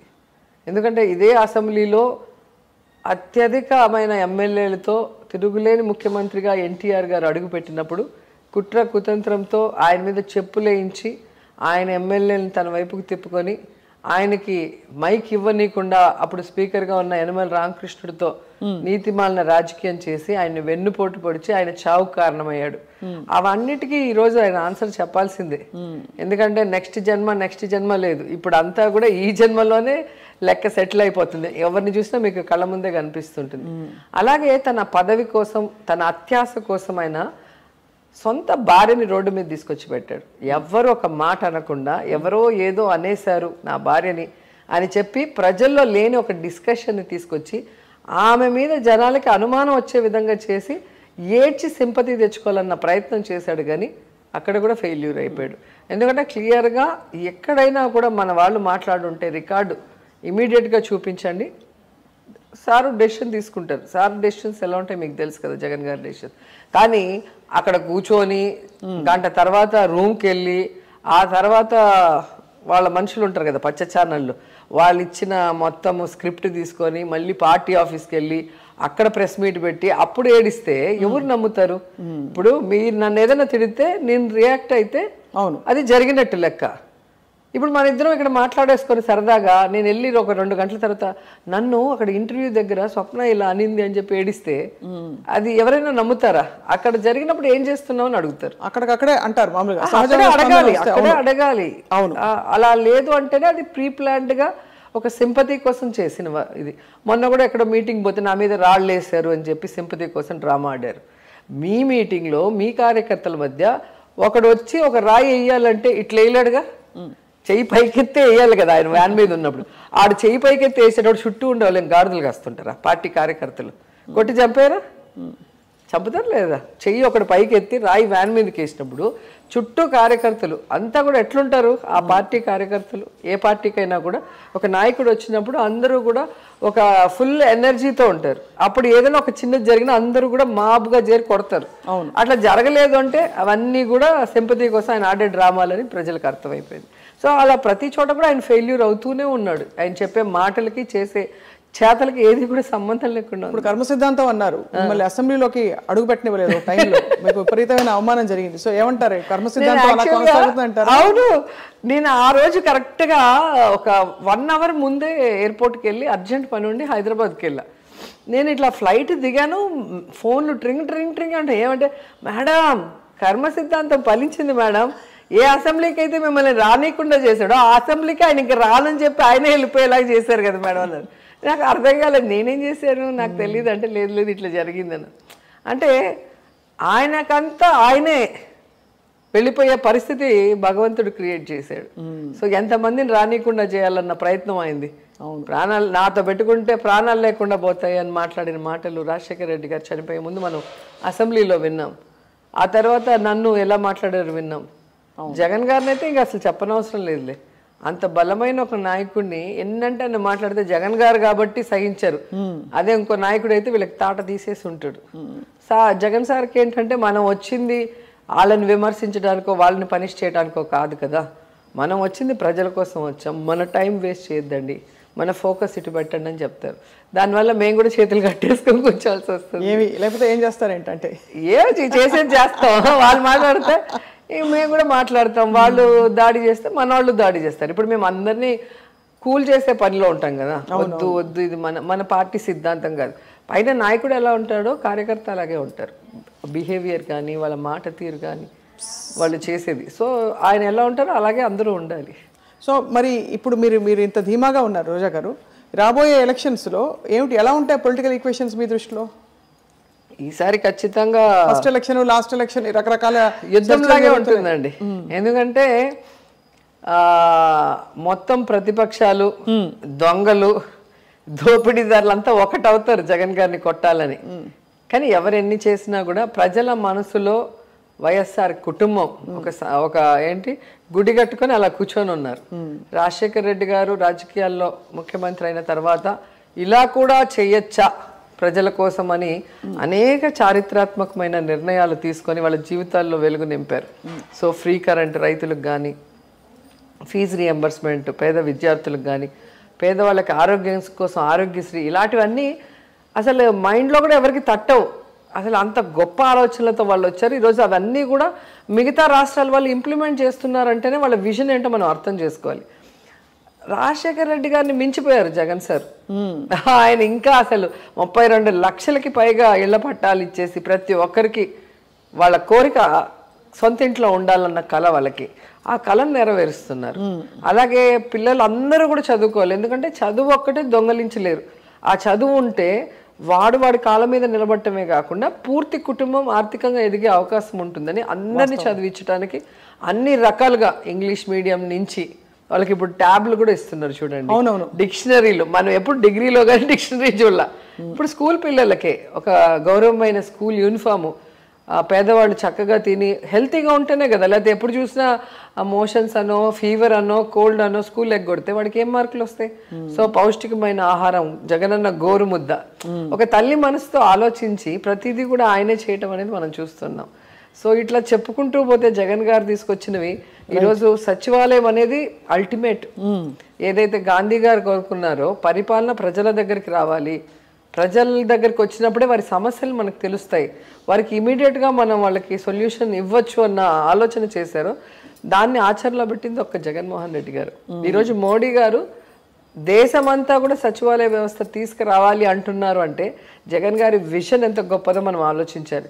మన కోవిడ్ సమయంలో ఈ సచివాలయ వ్యవస్థ వాలంటరీ వ్యవస్థ వల్ల ఇమీడియట్గా ఎక్కడ ఎవరు దగ్గారు ఎక్కడ ఎవరు తుమ్మారో పట్టేసి వాళ్ళకి టెస్టులు చేసేసి ఇమీడియట్గా వాళ్ళ కోవిడ్ సెంటర్లో పెట్టేసి వాళ్ళకి ట్రీట్మెంట్ ఇచ్చి అసలు ఎలా అంటే ఇమీడియట్.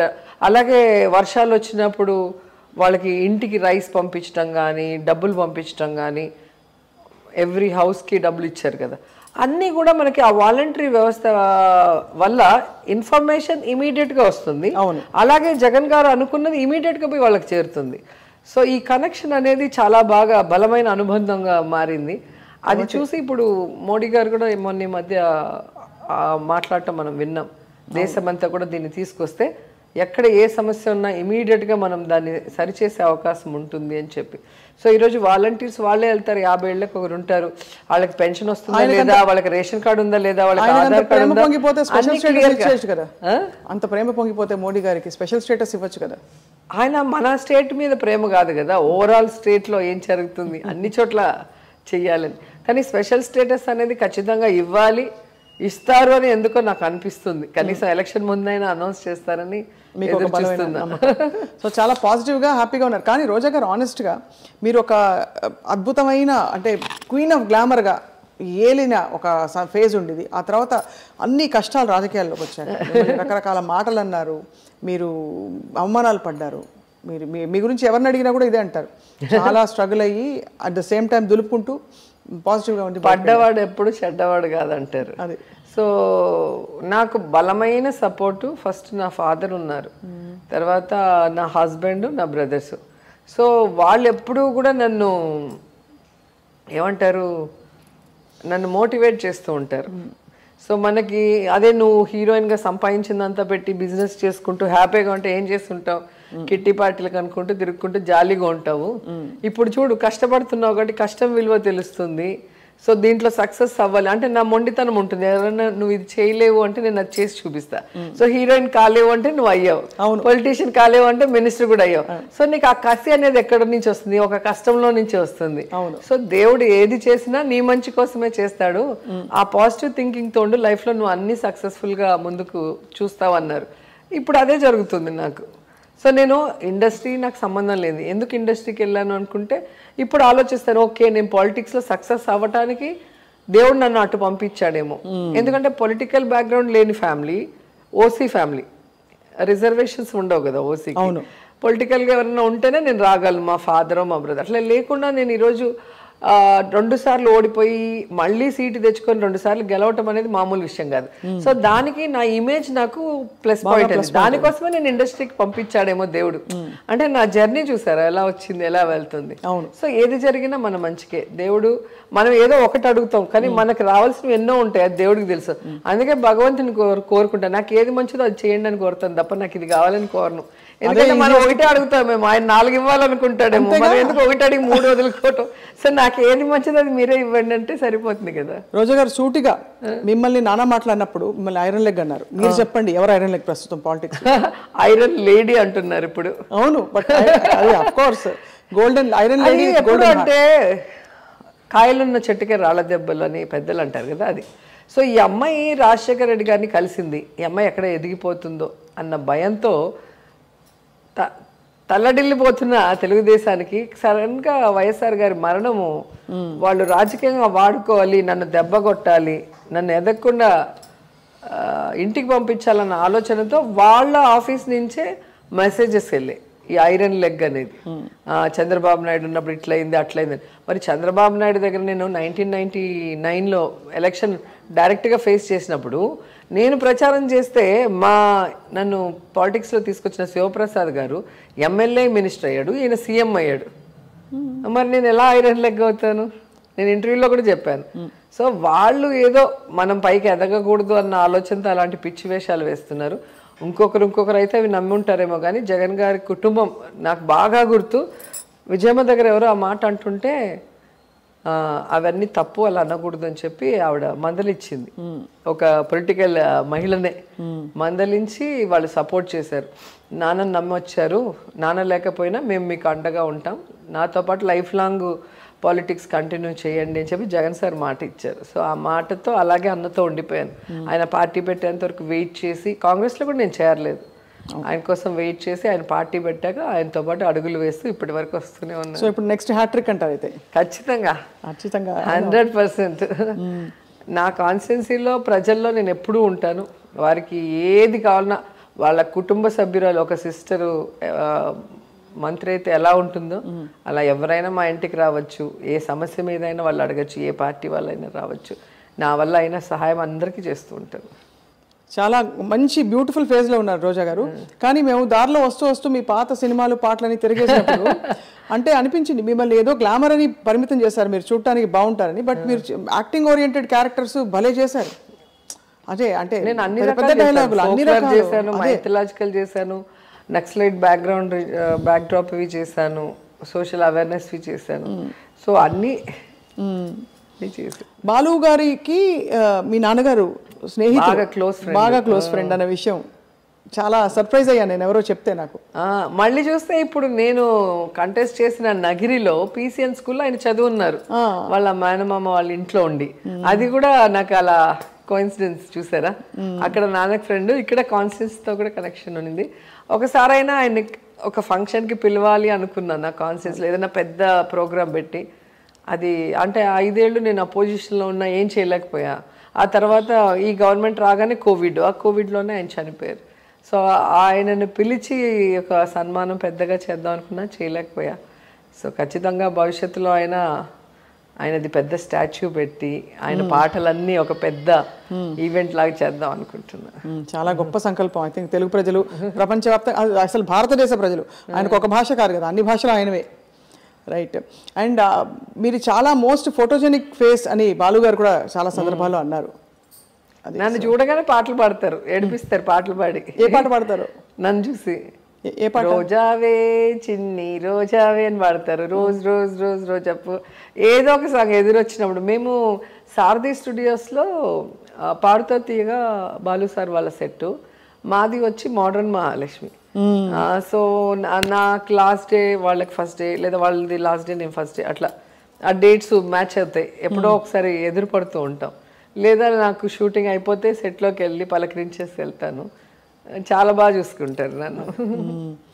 మీరు స్టెప్పులు వేసేటప్పుడు కూడా ఎవరిని? ఆయనతో కూడా ఒక సినిమాలో యాక్ట్ చేశాను. సాంగ్ ఉంటుంది, శ్రీదేవి గారు చిరంజీవి గారిది ఉంది కదా, అబ్బని కమ్మని దెబ్బ, ఆ సాంగ్ ఒకటి. తర్వాత ఎన్టీఆర్ శ్రీదేవి ఆకు చాటు పిందె ఒక మూవీలో అంకుల్కి నాకు డ్యూయెట్ ఉంది. అసలు భలే అల్లరి చేసాం ఆ రోజైతే, అంకుల్ని ఏడిపించేసాం. ఆయన డాన్స్ అంటే అంత హెవీగా చేయలేరు కదా.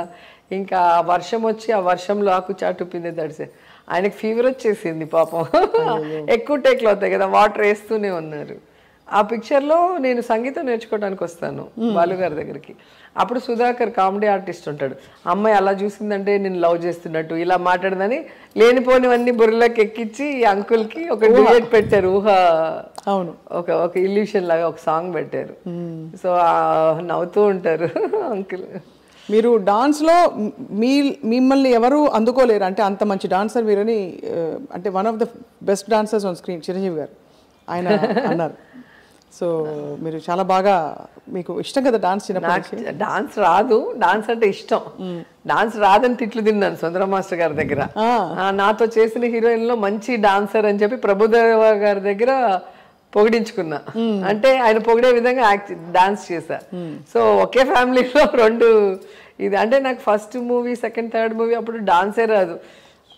అసలు ఎట్లా నవ్వాలి, ఎలా మూమెంట్ చేయాలి కూడా తెలియదు. ఎప్పుడు తిడతా ఉండేవాళ్ళు సుందర మాస్టర్, ఎవరి అమ్మాయి ఎక్కడి నుంచి తెచ్చారు, డాన్స్ రాదు పాట రాదు అంటే. ఆయన అంతా శ్రీదేవి గారు, జయప్రద గారు వాళ్ళతో చేసి సడన్ గా నాకు ఏమీ రాకుండా నన్ను తీసుకొచ్చి డాన్స్ అనగానే సర్పయాగంలో బాగా తిట్లు తిన్నాను. మళ్ళీ ప్రభుదేవ గారితో చేసినప్పుడు తను ఒక ఇంటర్వ్యూలో ఇచ్చారు, నాతో చేసిన హీరోయిన్లో శిల్పా శెట్టి గారు, రోజా గారు బాగా డాన్స్ చేస్తారని ఇచ్చిన్నారు. అప్పుడు హ్యాపీగా ఫీల్ అయ్యా. ఎందుకంటే నేను పెద్ద డాన్సర్ని ఏం కాదు, మాస్టర్ చెప్పింది చెప్పినట్టు చేస్తాను. శోభన్ బాబు చేసే డీ షోస్ లాంటి డాన్సులు మన వల్ల అసలు ఒక మూమెంట్ కాదు. అవి చూస్తా అంటే అసలు భయం వేస్తుంది, మొత్తం జిమ్నాస్టిక్స్.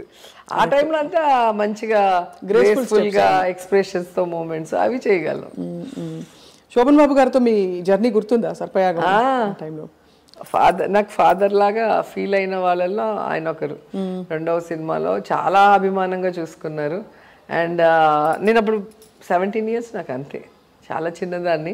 ఇంకా నా భాష చిత్తూరు భాష, కొన్ని పదాలు వాళ్ళకి కొత్తగా ఉంటాయి, అవి అడిగి అడిగి నాతో పలకించుకునేవాళ్ళు. అలాగా నన్ను బాగా చూసుకున్నారు.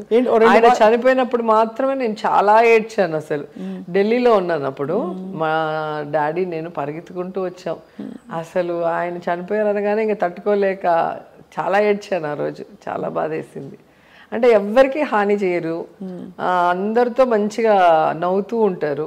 ప్లస్ మనీ ఎలా సేవ్ చేసుకోవాలి, ఫ్యూచర్కి మనీ ఎంత అవసరం అనేది చాలా బాగా చెప్పేవాళ్ళు.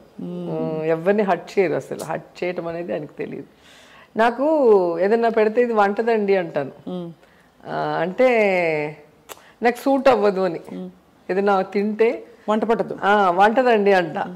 అలాగే నాకు నవ్వాలండి అంటాను, తింటే అలర్జీ వస్తే గోక్కోవాలి కదా, అయ్యో అది తింటే నాకు నవ్వాలండి అన్న.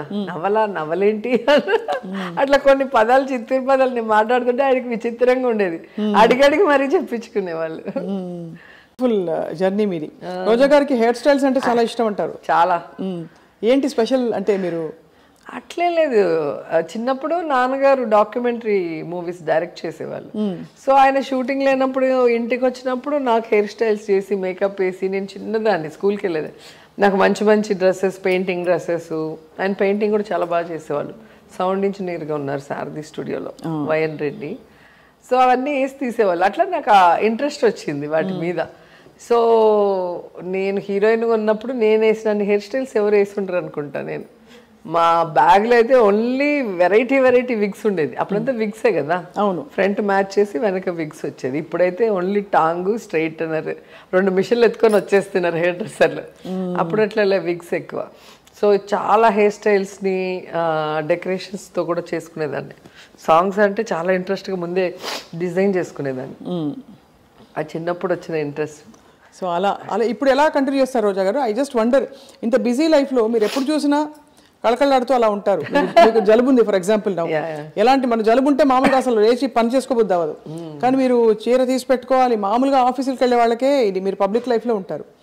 మీరు ఎలా ప్లాన్ చాలా మంది అడుగుతారు, మీరు ఎలా కొంటారు, మీకు టైం ఎక్కడ ఉంటుంది, మీరు అవన్నీ ఎలా, రేపు ఏమి, ఎలా ఎల్లుండి అంటే. యాక్చువల్గా నాకు మదర్ లేరు, చనిపోయారు. అమ్మ ఉన్నప్పుడు అమ్మ చూసుకునేది. అమ్మ ఎప్పుడు చనిపోయారు రోజా గారు? అమ్మ పాప పుట్టాక 2003 అనుకుంటా, 3లో చనిపోయారు.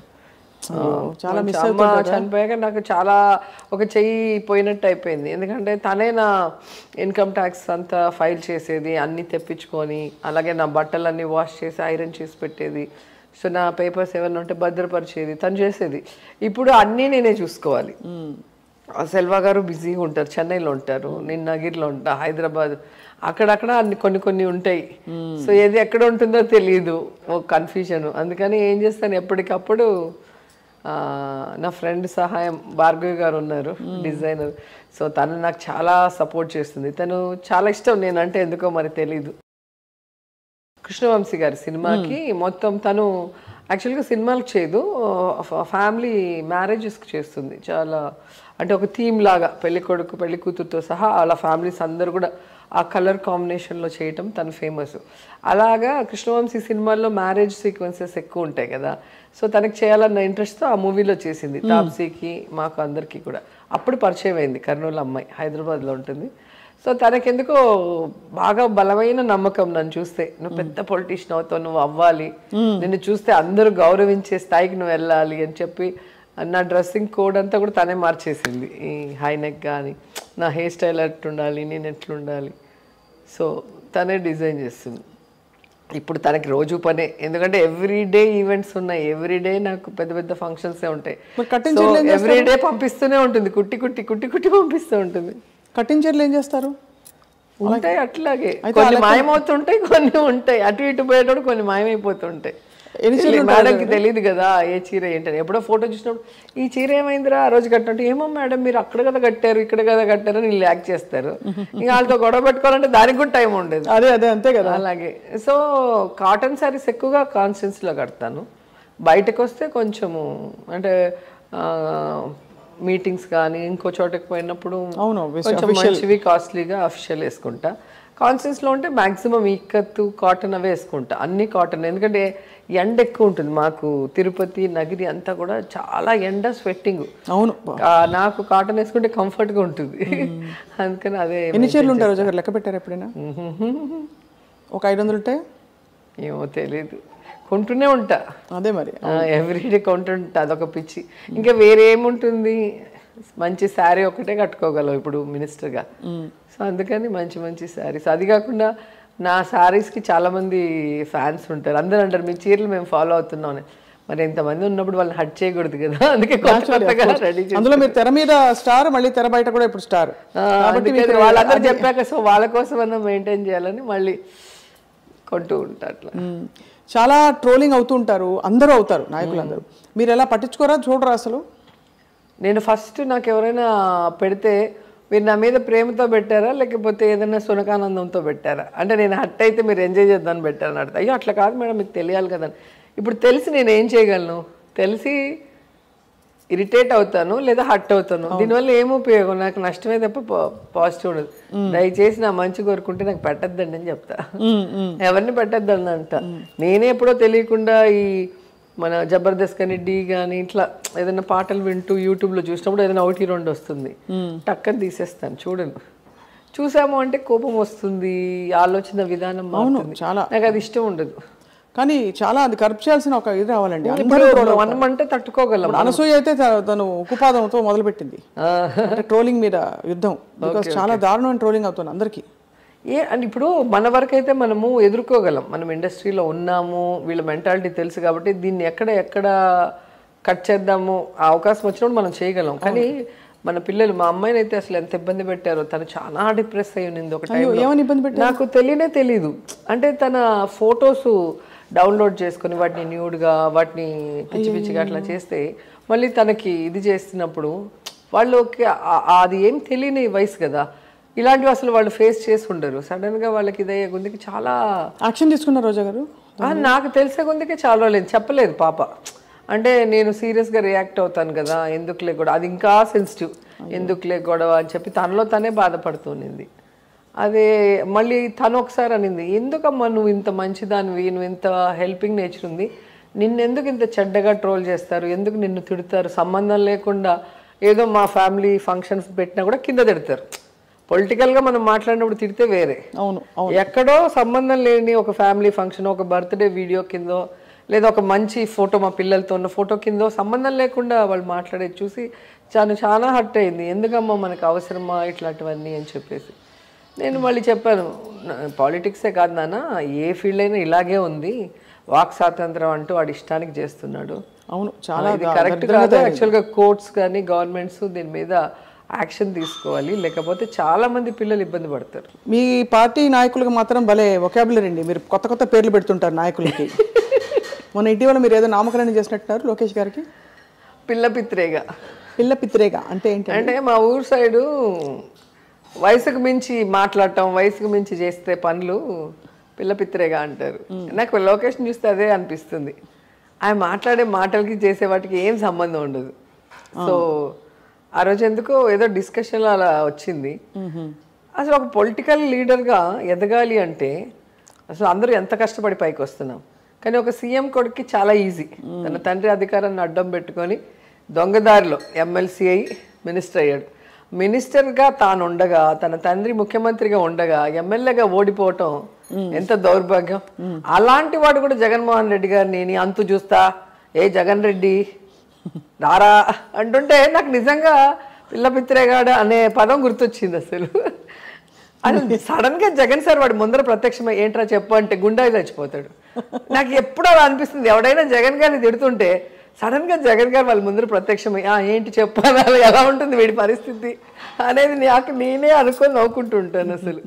అసలు వాళ్ళు ప్రజలకు మంచి చేయరు, వాళ్ళకి లీడర్షిప్ క్వాలిటీ ఉండదు. కానీ జగన్ సార్ని చూసి జలస్తో ఏది పడితే అది మాట్లాడేది, మన ఛానల్లే కదా మనం చెప్పినవన్నీ వేస్తారు అని వాళ్ళు మాట్లాడే మాటలకి ఇంకా పిల్లపిత్రేగా అనేది కరెక్ట్ అనిపించింది నాకు. కింద ఫైన్ ప్రింట్లో మీరు అంటే మీనింగ్ కూడా చెప్పాలి, అంత తెలుగు రాకపోవచ్చు చాలా. అదే చెప్పే కదా, అదే అర్థమైంది ఇప్పుడు మీరు చెప్పారు కాబట్టి. పిల్ల చేష్టలు అలా నా కొడక అంటారు మా సైడ్, అంటే అది బూత్ కాదు, చిత్తూరు సైడ్లో ఆ లాంగ్వేజ్ అలా ఉంటుంది. సో వాటికి ఇది ఒక పర్యాయ పదం అంతే. సో రోజా గారు ఇప్పుడు కంప్లీట్లీ మీరు అవే ఫ్రమ్ ఆల్ ఎంటర్టైన్మెంటా అయితే ప్రస్తుతానికి? ఏముంది, అసెంబ్లీలోనే పెద్ద ఎంటర్టైన్మెంట్ ఇప్పుడు. సో ఎవడెవడు మమ్మల్ని టార్గెట్ చేసి అబద్ధాలు స్ప్రెడ్ చేయాలి, జగన్ సార్ని నిందలు వేసి ఏదన్నా చేయాలనుకున్నప్పుడు ఇంకా మాకు ఎంటర్టైన్మెంటే, వాళ్ళని ఆడుకోవటం ఇంకేముంటుంది. ఎలాగూ సంక్షేమం అభివృద్ధి జగన్ సార్ చూసుకుంటారు, రైట్, అది మేము ఫాలో చేసుకుంటూ వెళ్ళిపోతాం. ఇక మధ్య మధ్యలో ఇలాంటి ఎంటర్టైన్మెంట్లు ఉంటుంటాయి అంతే అంటారు. అంతే. అయితే జబర్దస్త్ కానీ మాకు ఇప్పుడు జబర్దస్త్ షూటింగ్కి వెళ్ళి చూడాల్సిన అవసరం లేదు, కామెడీ ఆర్టిస్ట్ని అంతే అంటారు. మన స్టేట్లోనే ఉన్నారు, పీకే గారు ఉన్నారు, లోకేష్ గారు ఉన్నారు, మధ్య మధ్యలో అచ్చెన్నాయుడు గారు వస్తారు, అయ్యన్న పంతుడు గారు వస్తారు. వీళ్ళందరూ మన కామెడీ ఆర్టిస్టులకు మించిపోయి ఉన్నారు. వాళ్ళ మాటలు, వాళ్ళ హావభావాలు, ఇంకా అవే సరిపోతుంది మాకు చూసి నవ్వుకోవటానికి. చాలా మీరు ఇంత బోల్డ్గా ఇప్పుడు ఉన్నారు రోజా గారు, అంటే ఎప్పుడు మీరు ఫైర్ బ్రాండ్ అని మొదటి నుంచి వచ్చిన పేరే, కానీ ఐ జస్ట్ వండర్, మీరు పాత కొలీగ్స్ మీ వాళ్ళు ఎదురు పడితే ఎలా ఉంటుంది మీ పరిస్థితి, అంటే వాళ్ళ పరిస్థితి మీ పరిస్థితి, వాళ్ళు మీరు పాత కొలీగ్స్ అంటే సినిమాల్లో మీరు కలిసి యాక్ట్ చేసిన హీరోలు, ఓకే ఓకే, ఇప్పుడు పాలిటిక్స్ లో రీసెంట్ గా నాగార్జున గారిని కలిశాను ఆలీ గారి కూతురు పెళ్లిలో. అసలు ఫుల్ హ్యాపీగా వచ్చి ఇలా పట్టుకొని ఆయనను అమలా మ్యామ్ ఎలా ఉన్నావురా, పాలిటిక్స్ ఎలా ఉన్నాయి అని చెప్పి చాలా హ్యాపీగా మాట్లాడారు. నాకు చాలా హ్యాపీ అనిపించింది. ఎందుకంటే ఒక టైంలో నేను సర్పయాగం చేసేటప్పుడు నాగార్జున గారిని చూడటానికి మన అన్నపూర్ణ స్టూడియోలో మాకు షూటింగ్ జరుగుతుంది. ఆయన వచ్చారు అని చెప్తే స్టూడియోలో నుంచి పరిగెట్టుకుంటూ వెళ్ళాను. మేము ఒక సైడ్ షూట్ చేస్తున్నాం, ఇంకో సైడ్ ఆయన వచ్చారు, కారు వచ్చి ఆగిందంటే. అంత పిచ్చి నాగార్జున గారు అంటే కాలేజ్ చదివేటప్పుడు. ఫస్ట్ కృష్ణ గారికి, ఆ తర్వాత నాగార్జున, చిరంజీవి గారు అంటే చాలా ఇష్టం. సో నాగార్జున కోసం పరిగెత్తిన నేను ఈరోజు నాగార్జున గారు నాకు ఎదురొచ్చి నవ్వుతూ మాట్లాడిస్తుంటే చాలా హ్యాపీ అనిపించింది నాకు. అండ్ ఈ మధ్యలో మన హైదరాబాద్ ఎయిర్పోర్ట్లో లాంచ్లో వెంకటేష్ గారు కనిపించారు. మేము లక్నో వెళ్తున్నప్పుడు చెప్పారు, అక్కడ మంచి ఫుడ్ దొరుకుతుంది, ఎంజాయ్ చేయండి ఫుడ్ అన్నారు. సో ఆయన ఎప్పుడూ అంటుంటారు, మీరు చాలా కష్టపడి పాలిటిక్స్లో పైకి వచ్చారు, మీరు డిజర్వ్డ్ మినిస్టర్ అవ్వటానికి, ఫైనల్లీ మీరు మినిస్టర్ అయ్యారు, హ్యాపీగా ఉంది అని చెప్పినప్పుడు చాలా హ్యాపీ అనిపించింది. ఎందుకంటే ఆయన పెద్దగా మాట్లాడరు, వెంకటేష్ గారు చాలా రిజర్వ్డ్గా ఉంటారు ఎప్పుడు కూడా. స్పిరిచువల్ సైడ్ ఉన్నారు ఇప్పుడు, మెడిటేషన్. ఓకే. సో ఆ రోజు కనిపించినప్పుడు లాంచ్లో ఆయన చెప్పినప్పుడు చాలా హ్యాపీ అనిపించింది. రమ్యకృష్ణ ఎక్కువ చెప్తూ ఉంటుంది, నాకు అసలు మనుషులు చూస్తే కింద కాళ్ళు వణుకుతాయి, నువ్వు అంతమంది మధ్యలో మైక్ పట్టుకొని అలా ఎలా మాట్లాడగలుగుతున్నావు, నువ్వు హీరోయిన్ ఉన్నప్పుడు పెద్ద క్వైట్గానే ఉంటారు, క్వైట్గా ఉంటాను, ప్లస్ మేమున్నప్పుడు నేను, రాధికక్క, మీనా, రమ్య మేమున్నప్పుడు సరదాగా నవ్వుకుంటుంటాం జోక్స్ వేసుకొని, అంతేగాని ఇలా మైకులు పట్టుకొని సీరియస్గా మాట్లాడేంత లేదు అప్పుడు. ఎలా నీకు ఇది వచ్చింది, ఇంత ధైర్యం ఎక్కడి నుంచి వచ్చింది, నాకు ఇప్పటికి కూడా ఆశ్చర్యం నేను చూస్తుంటే అని చెప్పి రమ్య ఎప్పుడు అంటుంటుంది. యాక్చువల్గా ఆమె బోల్డ్గా ఉంటుంది సినిమాల్లో చూస్తే, ఆమె నన్ను అంటుంది. అట్లా ఒక్కొక్కరు నన్ను ఇండస్ట్రీలో చూసిన వాళ్ళకి ఆశ్చర్యంగా ఉంటుంది ఈ సైడ్ చూసి కదా. కృష్ణ గారితో మీరు ఆల్మోస్ట్ 6-7 సినిమాలు చేశారు కదా. అవును, ఎన్కౌంటర్ చేసా, సంభవం చేసా, వైభవం చేసా, వాళ్ళ బ్యానర్లోనే చాలా సినిమాలు చేస్తా, తెలుగు వీరల్ ఎవరో చేస్తా. అవును చాలా పెద్ద. ఆయనతో చేయటం అనేది అది ఒక హాలిడే లాగే, ఆడుతూ పాడుతూ ఎంజాయ్ చేస్తూ మంచి ఫుడ్ తింటూ ఆయన వేసే జోకులు వింటూ కష్టం లేకుండా షూటింగ్ చేయొచ్చు. రాధగారు అయితే అప్పుడు చిరంజీవి గారితో బిజీగా షూటింగ్స్ ఉన్నప్పుడు మన సమ్మర్ సీజన్లో కృష్ణ గారు ఎప్పుడు ఊటీలో ఉండిపోతారు. జరిగిన సినిమాలకి, జరుగుతున్న సినిమాలకి, జరగబోయే సినిమాలకి సాంగ్స్ లైన్గా ఒక నెల పెట్టేసుకుంటారు, అక్కడే ఉండిపోతారు ఎప్పుడు కూడా సార్. సో ఆమె అది హాలిడే లాగా తీసుకుంటుందంట. ఎందుకంటే ఆయనతో పెద్ద టెన్షన్ ఉండదు, రిస్ట్రిక్షన్స్ ఉండదు, ఈ డ్రెస్ వేసుకోవాలి, ఇలా చేయాలి, అలా ఉండాలి అనేది ఏమి ఉండదు. సో ఫ్రీగా. మిగతా వాళ్ళతో ఉంటాయి రెస్ట్రిక్షన్స్, కొంతమంది హీరోస్కి ఉంటాయి, కొంతమంది ఇన్వాల్వ్ అవుతారు కదా, ఈ డ్రెస్ నేను వేసుకుంటా, మీరు ఇట్లా వేసుకోండి, అది పాజిటివ్గా అయినా ఉన్నా కొంతమంది రిసీవ్ చేసుకుంటారు, కొంతమంది రిసీవ్ చేసుకుంటారు. మీరు ఇబ్బంది పడ్డారు ఎప్పుడైనా, అంటే మీకు నాకు ఈ డ్రెస్ నచ్చలే బాలే అని? ఉంటుంది, అది మన స్టైల్లోనే కొట్టుకొని. సో అట్లా రాధా చాలా ఇంటర్వ్యూల్లో చెప్పింది, కృష్ణ గారితో యాక్ట్ చేయడం ఒక హాలిడే లాగా, ఒక టెన్షన్ లేకుండా జాలీగా ఎంజాయ్ చేస్తూ ఆడుతూ పాడుతూ, మంచి ఫుడ్, విజయనిర్మల గారు అందరికి మంచి ఫుడ్ పెట్టారు, తింటూ అలా చేసుకుంటూ ఉండేవాళ్ళం. అలా నేను కూడా, నాకు ఆయనకి బిఏ రాజు గారని డేట్స్ చూసేవాళ్ళు. ఫస్ట్లో నేను మూవీ చేయలేదు, చాలా రోజులు నాకు కుదరలేదు బిజీలో. ఏంటయ్యా నా ఫ్యాన్ అంటారు, నా సినిమాకి డేట్లు ఈరా అని అడిగేవారంట. మళ్ళీ చెప్తే అప్పుడే తెలుగు వీర ఫస్ట్ చేయటం జరిగింది, తెలుగు వీర లేవరా. సో ఆయన డాన్స్ వేస్తుంటే, ఆయన చేస్తుంటే చూస్తూ ఉండేదాన్ని, చాలా అందంగా ఉండేవారు, మంచి కలరు అసలు. ఆయనను మన శోభన్ బాబు గారు చాలా అందంగా ఉంటారు, వాళ్ళ ఫీచర్స్ కానీ, వాళ్ళ స్కిన్ కలర్ గ్లో కానీ, అండ్ వాళ్ళ మనసు కూడా చాలా సాఫ్ట్గా ఉంటారు, ఎవరిని హర్ట్ చేయరు, హ్యాపీగా ఉంటారు కదా, అది నచ్చింది నాకు. సో ఇది ఇప్పుడు చాలా మంది ఈ తరం అమ్మాయిలకి ఉపయోగపడుతుంది ఈ క్వశ్చన్ కాబట్టి అడుగుతున్నారు. రోజా, చెప్పండి. మామూలుగా మనకి ఈ క్రీములు, తెల్లగా ఏ క్రీములు రాసుకో, తెల్లగానే ఉండాలి, అమ్మాయి తెలుపా అని అడుగుతారు. మీరు ఒక డస్కీ బ్యూటీగా నిలదొక్కుని ఒక స్టేట్మెంట్ చేశారు ప్రపంచానికి, నేను I'm the queen of my time అని చెప్పి. సో అమ్మాయిలకి ఏం చెప్తారు అని చెప్పండి, రంగు గురించి కాన్షియస్ ఫీల్ అయ్యే వాళ్ళకి? ఎప్పుడు కూడా మా హస్బెండ్ చెప్తారు, టాలెంట్ అనేది గొప్పది అన్నిటికన్నా, హైటు, కలరు, మిగతా అన్నిటికన్నా కూడా టాలెంట్ అనేది. సో ఎంతోమంది టాలెంట్ ఉన్నవాళ్ళు మనం చూసాం, పెద్ద హైట్ లేకుండా, పెద్ద బాడీ షేప్ లేకుండా, పెద్ద కలర్ లేని వాళ్ళు కూడా సక్సెస్ కాగలము అని ప్రూవ్ చేశారు. కాబట్టి నాకు ఉన్నింది అది, ఇండస్ట్రీకి వచ్చినప్పుడు అమ్మో హీరోయిన్స్ అంటే తెల్లగా ఉండాలేమో, మనం హీరోయిన్గా ఉండగలమా. మా ఫ్రెండ్ వాళ్ళ మమ్మీ చెప్పేది, నేను చదువుకునేటప్పుడు, నువ్వు నీ ముక్కు కళ్ళు నవ్వు చాలా బాగుంటాయిరా, నువ్వు ఎందుకు సినిమాల్లో ట్రై చేయకూడదని. ఉండండి ఆంటీ, నా కలర్కి నన్ను ఎవడు తీసుకుంటాడని నేను అప్పుడే ఆంటీని ఏడిపించేదాన్ని.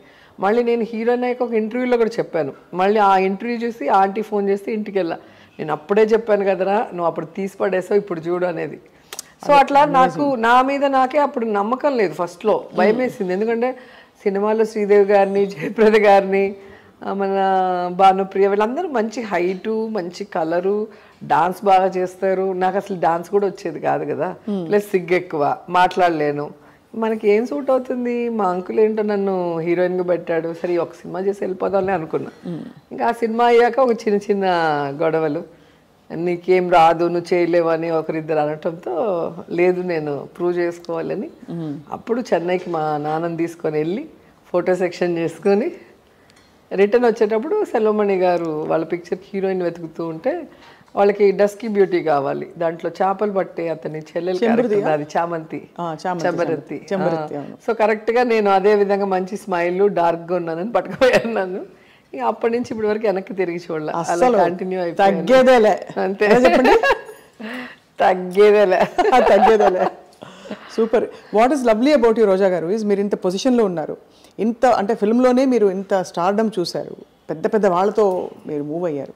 బట్ ఇప్పటికీ ఆ ప్లెయిన్నెస్, ఒకలాంటి అమాయకపు చిన్నపిల్లతనం మనసులో ఎప్పుడు పోలేదు, అక్కడెక్కడికి పోలేదు. ఎంత వామ్గా ఉంటారు మీరు, ఎక్కడ అంటే హెచ్చులు పోవడం కానీ ఏమీ లేదు, అంటే పవర్ చూపించడం అవన్నీ పోతూ ఉంటాయి. వాటి గురించి మనం పొంగిపోవటము, పోయినాయని చెప్పి ఇంట్లో దాక్కోవటం అనేది వేస్ట్. సో మనంగా ఉంటే మనం ఎప్పుడూ కూడా ఏమంటారు సక్సెస్ఫుల్ అయినట్టే లెక్క లైఫ్లో. ఇప్పుడు చాలామంది మీరు చూస్తే ఒక టైంలో సూపర్ స్టార్స్గా ఉంటారు, హీరోయిన్స్ కానీ హీరోస్. ఆ టైంలో వాళ్ళు అని ఇట్లా పైన చూస్తారు, అంటే అట్లా చూసేలాగా చుట్టుపక్కల వాళ్ళు చేస్తారు, వాళ్ళ తప్పు కూడా లేదు. అది మనము డెసిషన్ తీసుకోవాల్సిన విషయం. మన చుట్టూ చేరిన వాళ్ళు భజన చేస్తూనే ఉంటారు, ఏ ఫీల్డ్లో అయినా కూడా. అట్లా ఉన్న వాళ్ళని సడన్గా మార్కెట్ పోగానే వదిలేస్తారు, వాళ్ళు డిప్రెషన్లోకి వెళ్ళిపోతారు. మనుషులు మళ్ళీ ఎక్కడ ఉన్నారో కూడా మనకు తెలియదు, చాలా మంది ఆర్టిస్ట్ పేర్లు చూస్తే. అవునవును. సో అందుకే మా హస్బెండ్ ఎప్పుడు అంటుంటారు, మనం ఎప్పుడు రియాలిటీకి దగ్గరగా ఉండాలి. డబ్బు వస్తుంది పోతుంది, రియాలిటీకి దగ్గరగా ఉంటే రేపు ఏదైనా నెగటివ్ జరిగి మనము ఒకవేళ డబ్బు పోగొట్టుకొని మళ్ళీ నార్మల్ పొజిషన్కి వచ్చినా మనం సర్వే ఆ కష్టం కూడా చూసారుగా మీరు సినిమా ప్రొడ్యూస్. అదే నాకు అలా మోటివేట్ చేస్తూ ఉన్నారు కాబట్టి ఇంట్లో నాకు ప్లస్ పాయింట్ అది. సో నేను షూటింగ్స్ చేసేటప్పుడు నేను ఒక్క హీరోయిన్నే, బంధువులు వస్తారు, ఫ్రెండ్స్ వస్తారు, ఎప్పుడు సరదాగా అందరికి భోజనాలు పెట్టుకొని కబుర్లు చెప్పుకుంటుంటాం. వేరే ఎవ్వరు కూడా వాళ్ళ బంధువులు కానీ ఇంట్లో వాళ్ళు కూడా రారు, ఎందుకు షూటింగ్స్ దగ్గరికి చాలా పర్టికులర్గా ఉంటారు. నేను అప్పుడు కూడా పట్టించుకోను, మనం అంతా కూడా వేరే ట్రెండ్ సృష్టిస్తాం కదా, కొత్త ట్రెండ్ అని పెడతాం ఎక్కడికి వెళ్ళినా కూడా. అక్కడ అలాగే మీరేమిటో అంటే చాలా ఏళ్ళ నుంచి మిమ్మల్ని దగ్గరగా కూడా చూస్తున్నాను, నేను చూస్తున్నాను. ఎవరో అన్నారు నాగబాబు గారు జబర్దస్త్ వదలడానికి కారణం రోజా గారే అంటే, నేను అయ్యో అస్సలు సంబంధం లేదు. అదే జస్ట్ ఆయన అనేక సందర్భాల్లో చెప్పాడు కదా, ప్రొడ్యూసర్స్ హీరోయిన్, ప్రొడ్యూసర్ కష్టాలు తెలుసుకొని ఇబ్బంది పెట్టని ఒకే హీరోయిన్ అంటారు ఆయన. ముగ్గురు మనగాలు చేశాను. అవును. సో ఆయన స్టేట్మెంట్ ఇచ్చారు. అలాగే నేను డాన్స్ చేసేటప్పుడు చెప్తారు కదా, మన శేఖర్ మాస్టర్ సాంగ్ చేసినప్పుడు కూడా ఒకసారి చెప్పారు, మీరంతా ఈ ఏజ్లో చేస్తారయ్యా, మా ఏజ్కి కూడా మీకు ఈక్వల్గా చేస్తుంది చూడు, అదే ఆమె గ్రేట్నెస్ అంటారు. సో ప్రతి విషయంలో ఎప్పుడు కూడా పాజిటివ్గానే ఉన్నారు. ఏదైనా పొలిటికల్గా డిఫరెన్స్ అంటే నేను వాళ్ళ తమ్ముడిని అన్నానో నేను కోపడాలి తప్ప వేరే విషయాల్లో కోపపడేదానికి లేదు. అసలు సెట్లో కూడా ఆయనకి ఇచ్చే గౌరవం ఎప్పుడు ఆయనకి అంటే నాకన్నా వయసులో పెద్దవాళ్ళు ఆ గౌరవం ఎప్పుడూ ఉంటుంది. నేనేదో పెద్ద హీరోయిన్ అని చెప్పి కాలు మీద కాలు వేసుకోవటం ఆయన అట్లాంటివి ఎప్పుడు చేయలేదు నేను. ఆయన ఎప్పుడు పాజిటివ్గానే ఉన్నారు మనతో. రోజా గారు అందరికీ వచ్చిన వాళ్ళందరికీ భోజనం పెడతారట, నిజమేనా? ఇష్టం. నేను తిన్న భోజనం అందరూ తింటూ ఉండాలి, అలాగే నేను చూసిన అందరూ చూడాలని నేను ఎక్కడికి వెళ్ళినా వీడియోస్ తీసి పెడుతూ ఉంటాను కదా. సో చాలామంది చూసి వెళ్ళాలనుకున్న వాళ్ళు వెళ్తారు, వెళ్ళలేని వాళ్ళు చూసి తృప్తి పడతారు అని చెప్పి నేను టెంపుల్స్కి వెళ్ళినా, టూరిస్ట్ స్పాట్స్కి వెళ్ళినా అన్నీ కూడా పెడుతూ ఉంటాను. ఏ దేవుడు నమ్ముతారు మీరు రోజా గారు? ఎక్కువ అందరినీ, వీళ్ళు వాళ్ళని ఏం లేదు, అందరినీ. మా ఇంటి నిండా చూస్తే తెలుస్తుంది అసలు మొత్తం అన్ని దేవుళ్ళు ఉంటాయి. మీ ఇంటి అసలు వాకిట్లో చూస్తే అది చెప్పాను, టూరిజం మినిస్టర్ గారి ఇల్లు లాగే ఉంది, అందంగా కళాత్మకంగా బ్యూటిఫుల్లీ డెకరేటెడ్ అని చెప్పి చాలా ముద్దుగా బాగా ఇష్టం. నగిరిలో వస్తే అసలు గుళ్ళో ఎంటర్ అయినట్టు ఉంటుంది. నగిరి కూడా వస్తున్నాం మీ ఆతిథ్యం స్వీకరించాలి. గుళ్ళో ఎంటర్ అయినట్టు ఉంటుంది. తలుపు తీస్తేనే 7.5 feet వెంకటేశ్వర స్వామి ఉంటారు ఇంట్లో. జబర్దస్త్ లో చేస్తారు హోమ్ టూర్ లో. సో అందరికి వాళ్ళు ఇంటికి వచ్చినట్టే ఫీల్ అవుతారు. అది చూసి మీరు అమ్మవారి వేషాలు అవి వేసినప్పుడు మాత్రం భలే అందంగా ఉంటుంది. నేను తమిళ సినిమాలు చేశాను, అదే కన్నడ చేస్తున్నాను అమ్మవారి క్యారెక్టర్స్. కానీ అవి చేసేటప్పుడు అమ్మో చాలా నిష్టగా ఉండాలి. నిజమా? నాన్ వెజ్ తినకూడదు అందరూ ఎవరైనా కూడా. ఎందుకు ఒక బాడీ హీట్ అయిపోతుంది అండ్ అది ఒకలాంటి ఏదో దేవుడు వచ్చినట్టు అనిపిస్తుంది ఆ టైంలో. పసుపు నీళ్ళు తాగిస్తారు, నిమ్మకాయలు పట్టుకోమంటారు, అవన్నీ చేశారు నాకు కూడా. రాజరాజేశ్వరి అమ్మవారిదే మిమ్మల్ని చూశాను నేను అందులో, అప్పుడు అనిపించింది. ఈ మధ్యలో మన ఈవెంట్లో మల్లెమల్ల ఈవెంట్లో చేశాను అమ్మవారి డాన్స్ ఒకటి చాలా రోజుల తర్వాత. Beautiful journey. బాలకృష్ణ గారు ఎప్పుడు అనేవారు, మీ ముక్కు, మీ నవ్వు, మీ కళ్ళు, మీకు ఆ రాణి గెటప్ వేసినా దేవుడి గెటప్ వేసినా భలే సెట్ అవుతారండి, దేవుడు మీకు అలా ఇచ్చేసారు అంటుంటారు సార్. మిమ్మల్ని పిలవలేదు అన్స్టాపబుల్కి? ఇంకా ఎప్పుడో పిలిచారు, నేనే ఇంకా వెళ్ళలా. ఎందుకంటే ఇప్పుడు సినిమా వేరు పాలిటిక్స్ వేరు. బాలకృష్ణ గారు కూడా అదే అంటారు, అమ్మ సినిమా వేరు పాలిటిక్స్ వేరు, అది అది ఇది అదే అంటారు. పాప మొన్న బర్త్డేకి కూడా విష్ చేశారు. అసెంబ్లీలో ఎక్కడ కనిపించినా చాలా బాగా మాట్లాడతారు. వాళ్ళ ఫ్యామిలీ అందరూ, పురంధేశ్వరి గారు కానీ హరికృష్ణ గారు కానీ అందరూ నాతో బాగుండేవాళ్ళు. ఇంకా పార్టీ మారాం కదా, నేనే కొంచెం మొహమాట పడుతూ ఉండేదాన్ని.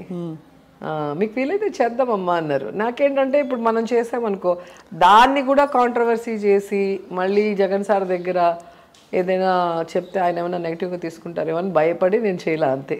లేకపోతే ఏముంది, నాకేం ఇబ్బంది లేదు.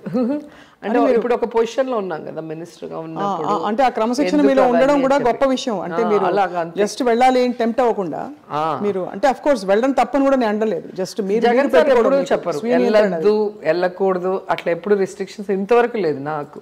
నేను పార్టీలో ఆల్మోస్ట్ 12 years పైగా ఉన్నాను.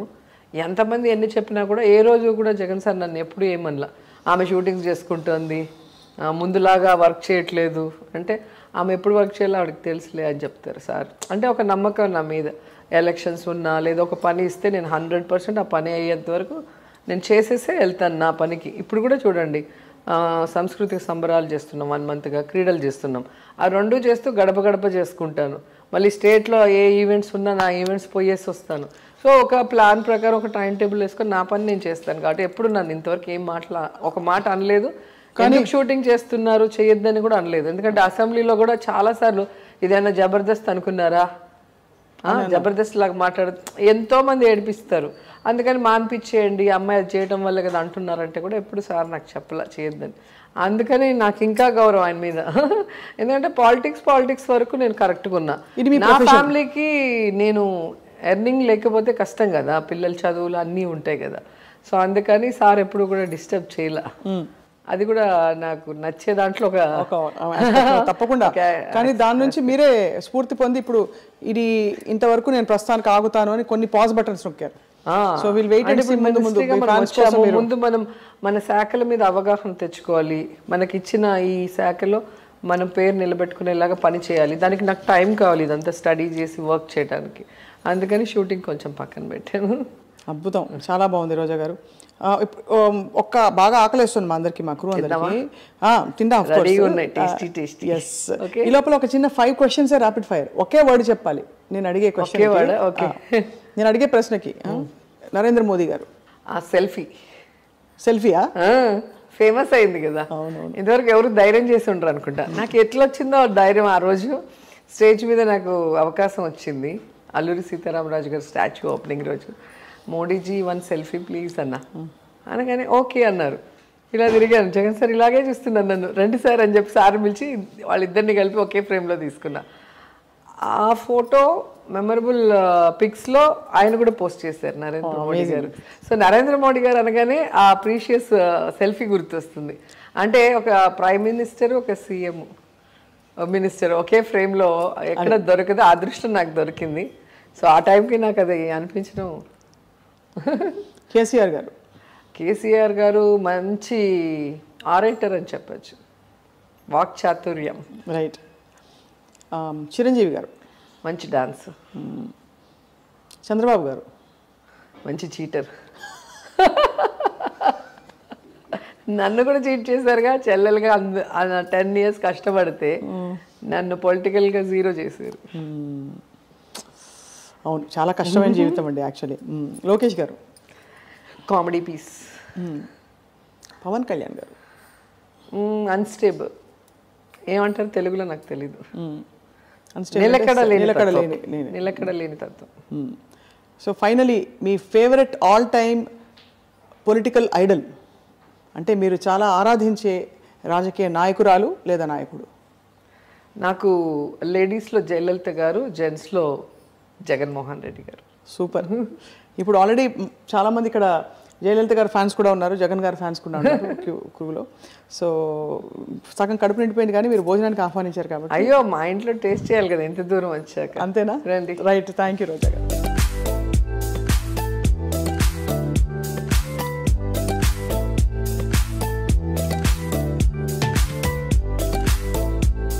సో రోజా గారు, మీ ఆతిథ్యంతో ఇంకా ఫుల్గా తినేస్తున్నాయి, ఇంత మామూలుగా తినే తీరుకుండదు మాకు. బాగా తినాలి, ఎనర్జీగా ఉండాలి. కోవిడ్ తర్వాత నో డైట్స్. అవునా? మానేస్తారా? మంచిగా తినటం స్టార్ట్ చేసాం, ఎందుకంటే బలం ఉండాలి కదా. అబ్సల్యూట్లీ. రోగనిరోధక శక్తి. ఎన్ని పూట్లు మీరు మామూలుగా ఉంటాయి కదా, 2 పూట్లు తినాలి, 3 పూట్లు తినాలి, ఇలా 5 times తినాలి? నేను మార్నింగ్ ఓట్స్ తింటాను. ఓకే. రోజు ఓట్సే. చాలా రేర్ బయట వెళ్తేనే ఎక్కడైనా ఇడ్లీ దోశ, ఇంకా వేరే దారి లేదు అంటే. మధ్యాహ్నం మాత్రం సాలిడ్గా, మధ్యాహ్నం సాలిడ్గా తింటాను. And night idli or dosa, అది టిఫిన్. అది అలవాటు ఎప్పటి నుంచి. మీ బాస్ జగన్మోహన్ రెడ్డి గారు మాత్రం చాలా తక్కువ తింటారని విని. అమ్మో, సార్ లాగా తింటే మనం 0 సైజే. ఒక పుల్కా, కొన్ని బాయిల్డ్ వెజిటేబుల్స్, తర్వాత నాన్ వెజ్ వీక్లీ వన్స్ అనుకుంటా. నాకు తెలిసి సార్కి కీమా ఇష్టం అనుకుంటా, అది కూడా కొంచెం. చికెన్ తినరని. ఎందుకంటే మాకు ఎట్లా అంటే ఈ పాదయాత్రలో నగరిలో స్టే చేశారు ఒకరోజు నైట్. సో అలా మాకు తెలిసిందే ఆఫ్టర్నూన్ ఏం తింటారు, నైట్ ఏం తింటారు అనేసి. పాలు కూడా 1 లీటర్ పాలు, అల్లం వేసి, పచ్చి అల్లం మరగబెడితే 1 గ్లాస్ అవుతుంది, అది తాగుతారు. అది చాలా స్ట్రెంగ్త్ అసలు. అవునా? లీటర్ పాలు మరగబెట్టి అల్లం గ్లాస్ అయ్యాక తాగుతారు. ఈ చిట్కా తెలియదు. నేను చూసాను, ఇప్పుడు తెలుస్తుంది అందరికీ. సో ఇంత ట్రావెల్ చేస్తారు కదా మీరు, మీరు ఎలా మరి పర్టికులర్గా మెయింటైన్ చేయగలుగుతారు అంటే టైమింగ్స్ అవి? అట్లేం లేదు, ఎక్కడ దొరికేది ఆ టైం బట్టి తినేయటం అంతే. మొదట్లో అపోజిషన్లో ఉన్నప్పుడైతే ఇంకా జగన్ సార్తో వెళ్ళేటప్పుడు 4 అట్లా అయిపోయేది, 3-4 కూడా అయిపోయేది, 5 కూడా అయిపోయేది లంచ్. ఇప్పుడు ఇంకా గవర్నమెంట్లో ఉన్నాం కదా, రిలాక్స్డ్. ఇది ఏదైనా ఉంటే సరే తినేసి మాట్లాడుకుందాం అన్న ఇదికి వచ్చా. ఆ టైంలో కొంచెం భోజనం చేసుకొని చేద్దామని. వయసు కూడా వస్తుంది కదా, తిమితో రావాలి. మీకు అంటే మీరు ఎప్పుడు ఎవర్ గ్రీనే, ఎప్పటికీ ఇలా చెప్పుకోవాలి. Fire brand ever green. మనల్ని మనం. మీకు వంట వచ్చా రోజా గారు? బాగా. తినేవాళ్ళు ఉంటే చేస్తాం, అందేమైంది. తిని మీరు చెప్పాలి, నేను వండుతాను. పిల్లలు తింటారు మీరు? మా పాపకి ఇష్టం, కానీ ఎప్పుడైనా హాలిడే ఉన్నప్పుడు. ఇప్పుడు మన కోవిడ్ పుణ్యమా అని రైట్ ఇంట్లో డైలీ ఏదో ఒకటి వండి వాళ్ళకి తినిపించి, సో ఆ మదర్ రెస్పాన్సిబిలిటీ కూడా తీర్చుకున్నా వంట చేయటంలో. హాయిగా మీరు ఐ థింక్ మీకు కావాల్సిన డిజైన్ అంటారు కదా, అలా ఇప్పుడు వచ్చింది. మీకు కావాల్సిన మినిస్ట్రీ ఒకటి, ఇష్టమైన మినిస్ట్రీ కదా, మీకు ఇష్టం కదా టూరిజం. టూర్ కొడుతూనే ఉంటా ఫ్యామిలీతో, ఎప్పుడు చూసినా గుళ్ళో లేదంటే లొకేషన్స్ లేదా ఫారెన్ ట్రిప్స్ రెగ్యులర్గా చేస్తుంటా.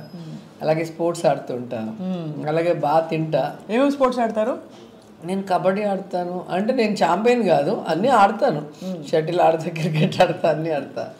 అలాగే నేను తినటమే కాదు 10 మందికి పెట్టడం అలవాటు ఫస్ట్ నుంచి కూడా, హీరోయిన్గా ఉన్నప్పటి నుంచి కూడా. సో ఇప్పుడు మాది ఆతిథ్య ఫీల్డే కదా, టూరిజంలో ఆతిథ్యం కూడా ఒక పోర్షన్. సో అలా మంచి మంచి ఫుడ్తో వచ్చిన పర్యాటకుల్ని మరి అడక్క మానలేకపోతున్నాను. మన ఆంధ్ర వంటకాల కోసం టూరిజంలో ఏంటి ప్రణాళిక ఏమన్నా ఉందా? అంటే పర్టికులర్గా ఇక్కడ ఉండే రీజనల్ స్పెషాలిటీస్ని అందరికీ, ఇప్పుడు హైదరాబాద్ అంటే వెంటనే బిర్యానీ గుర్తొస్తుంది, అలా ఆంధ్ర అనగానే వంటకాల కోసం ఏమైనా ప్లాన్? మనకి ఉన్నాయి కదా, గుత్తి వంకాయ కూర, పచ్చడి, రాగి సంగటి, నాటుకోడి పులుసు, ఇట్లాంటివన్నీ గుర్తొచ్చేస్తూ ఉంటాయి. సో నిన్ననే మేము ఈ లంబసింగ్ వెళ్ళాం, అక్కడ కూడా ఆ లోకల్ ఫుడ్ని ప్రమోట్ చేద్దామని నేను డిస్కస్ చేసాం. ఏం తింటారు లోకల్ లంబసింగ్లో? అక్కడ ఈ మిల్లెట్స్ ఇవన్నీ ఇప్పుడు వచ్చినాయి మనకి, వాళ్ళకి ఎప్పటి నుంచో తింటారంట. అలాగే అక్కడ మెయిన్ ఫుడ్ ఒకటి బ్యాంబూ, లేత బ్యాంబూని బాయిల్ చేసి దాన్ని ఏదో సూప్ లాగా ఏదో చేస్తారంట. నిన్ననే చెప్తూ ఉంటే చాలా వినడానికి ఇంట్రెస్టింగ్గా ఉంది. చాలా ఇష్టంగా తింటాం మేము ఇక్కడ. ఇలాంటివన్నీ మనం ట్రై చేద్దామని మా ఎమ్మెల్యే ఎంపీ వాళ్ళందరూ కూడా చెప్పడం జరిగింది. అంతా లేడీసే నిన్న మొత్తం. సో వచ్చిన పర్యాటకులకు కూడా ఒక కొత్త ఎక్స్పీరియన్స్ ఉంటుంది కదా. అవును, డెఫినెట్గా. అందుకని అవన్నీ రెడీ చేద్దాం అనుకున్నాం. మొత్తానికి మీ టూరిజం ప్లాన్ చూడడానికి మేము అందరం ఆత్రంగా ఉన్నాం, వెయిట్ చేస్తున్నాం. ఏమేమి అనుకుంటున్నారు? Youth advancement, tourism and culture అన్ని, అంటే ఆర్కియాలజీ కూడా ఎందుకు వస్తుంది? అదే మన పురావస్తు శాఖకి సంబంధించిన పురాతనమైన కట్టడాలు అన్ని కూడా ఇప్పుడు అన్నీ కూడా మంచిగా డెవలప్ చేస్తున్నాం. మనకి ఇక్కడే దగ్గరలో మొన్ననే ఈ మధ్య కార్తీక మాస వనభోజనాలు పెట్టాం కొండపల్లి ఫోర్ట్ అని. ఎంత అద్భుతంగా ఉందో అసలు. మా వాళ్ళందరినీ తీసుకెళ్ళా. అందరూ అసలు మన విజయవాడలో ఎంత పెద్ద కోట ఉంది మాకే తెలియదు, నీ వల్ల తెలిసింది అని. లేజర్ షో ఒకటి పెట్టాము. అసలు అద్భుతంగా ఉంటుంది. ఒకసారన్నా మీరు చూడాలి. ఎవ్రీడే ఉంటుంది, వెళ్ళి చూడాలి. వీటన్నిటికీ ఎలా మరి అడ్వర్టైజింగ్ కూడా చేస్తున్నారా? అంటే ఇప్పుడు స్టార్ట్ చేసాము. అన్ని ఏవేవి ఫోర్ట్స్ మెయిన్ ఉన్నాయి, అలాగే టెంపుల్స్, అలాగే టూరిస్ట్ స్పాట్స్ అన్నిటి మీద ట్రైలర్స్ లాగా చిన్న చిన్న గ్లిమ్స్ లాగా తీసి ప్రమోట్ చేద్దామని చెప్పి ఒక డెసిషన్కి వచ్చాము. దాని మీద వర్కౌట్ కూడా చేస్తున్నాం. నేనే చేయాలని నా ఆశ. మీరే బెస్ట్ బ్రాండ్ అంబాసిడర్ ఫర్, అందుకని చేయాలని ఆశ. చెప్పాను, ఈ మధ్యలోనే చెప్పాను మన వాళ్ళకి. సరే వర్కౌట్ చేస్తున్నారు. చేస్తే నాకు కూడా హ్యాపీ. నేను మినిస్టర్గా ఉన్నప్పుడు నేను చేసినట్టు నాకు కూడా ఒక గుర్తింపు ఉంటుంది కదా. ప్లాన్ జబర్దస్త్గా ఉంది. ఆంధ్రప్రదేశ్ అమ్మాయిని కదా, తెలుగు అమ్మాయిని, మన స్టేట్కి మనమే చేద్దాం, ఎవరినో ఎందుకులే అని నేను ఒక ప్రపోజల్ పెట్టా. ఓకే అన్నారు. సూపర్. మన పండగలు, మన కల్చర్ కూడా మీదకి మీ డిపార్ట్మెంటే కదా. కల్చర్ అదే ఈరోజు జగనన్న సంబరాలు కల్చరల్ యాక్టివిటీసే.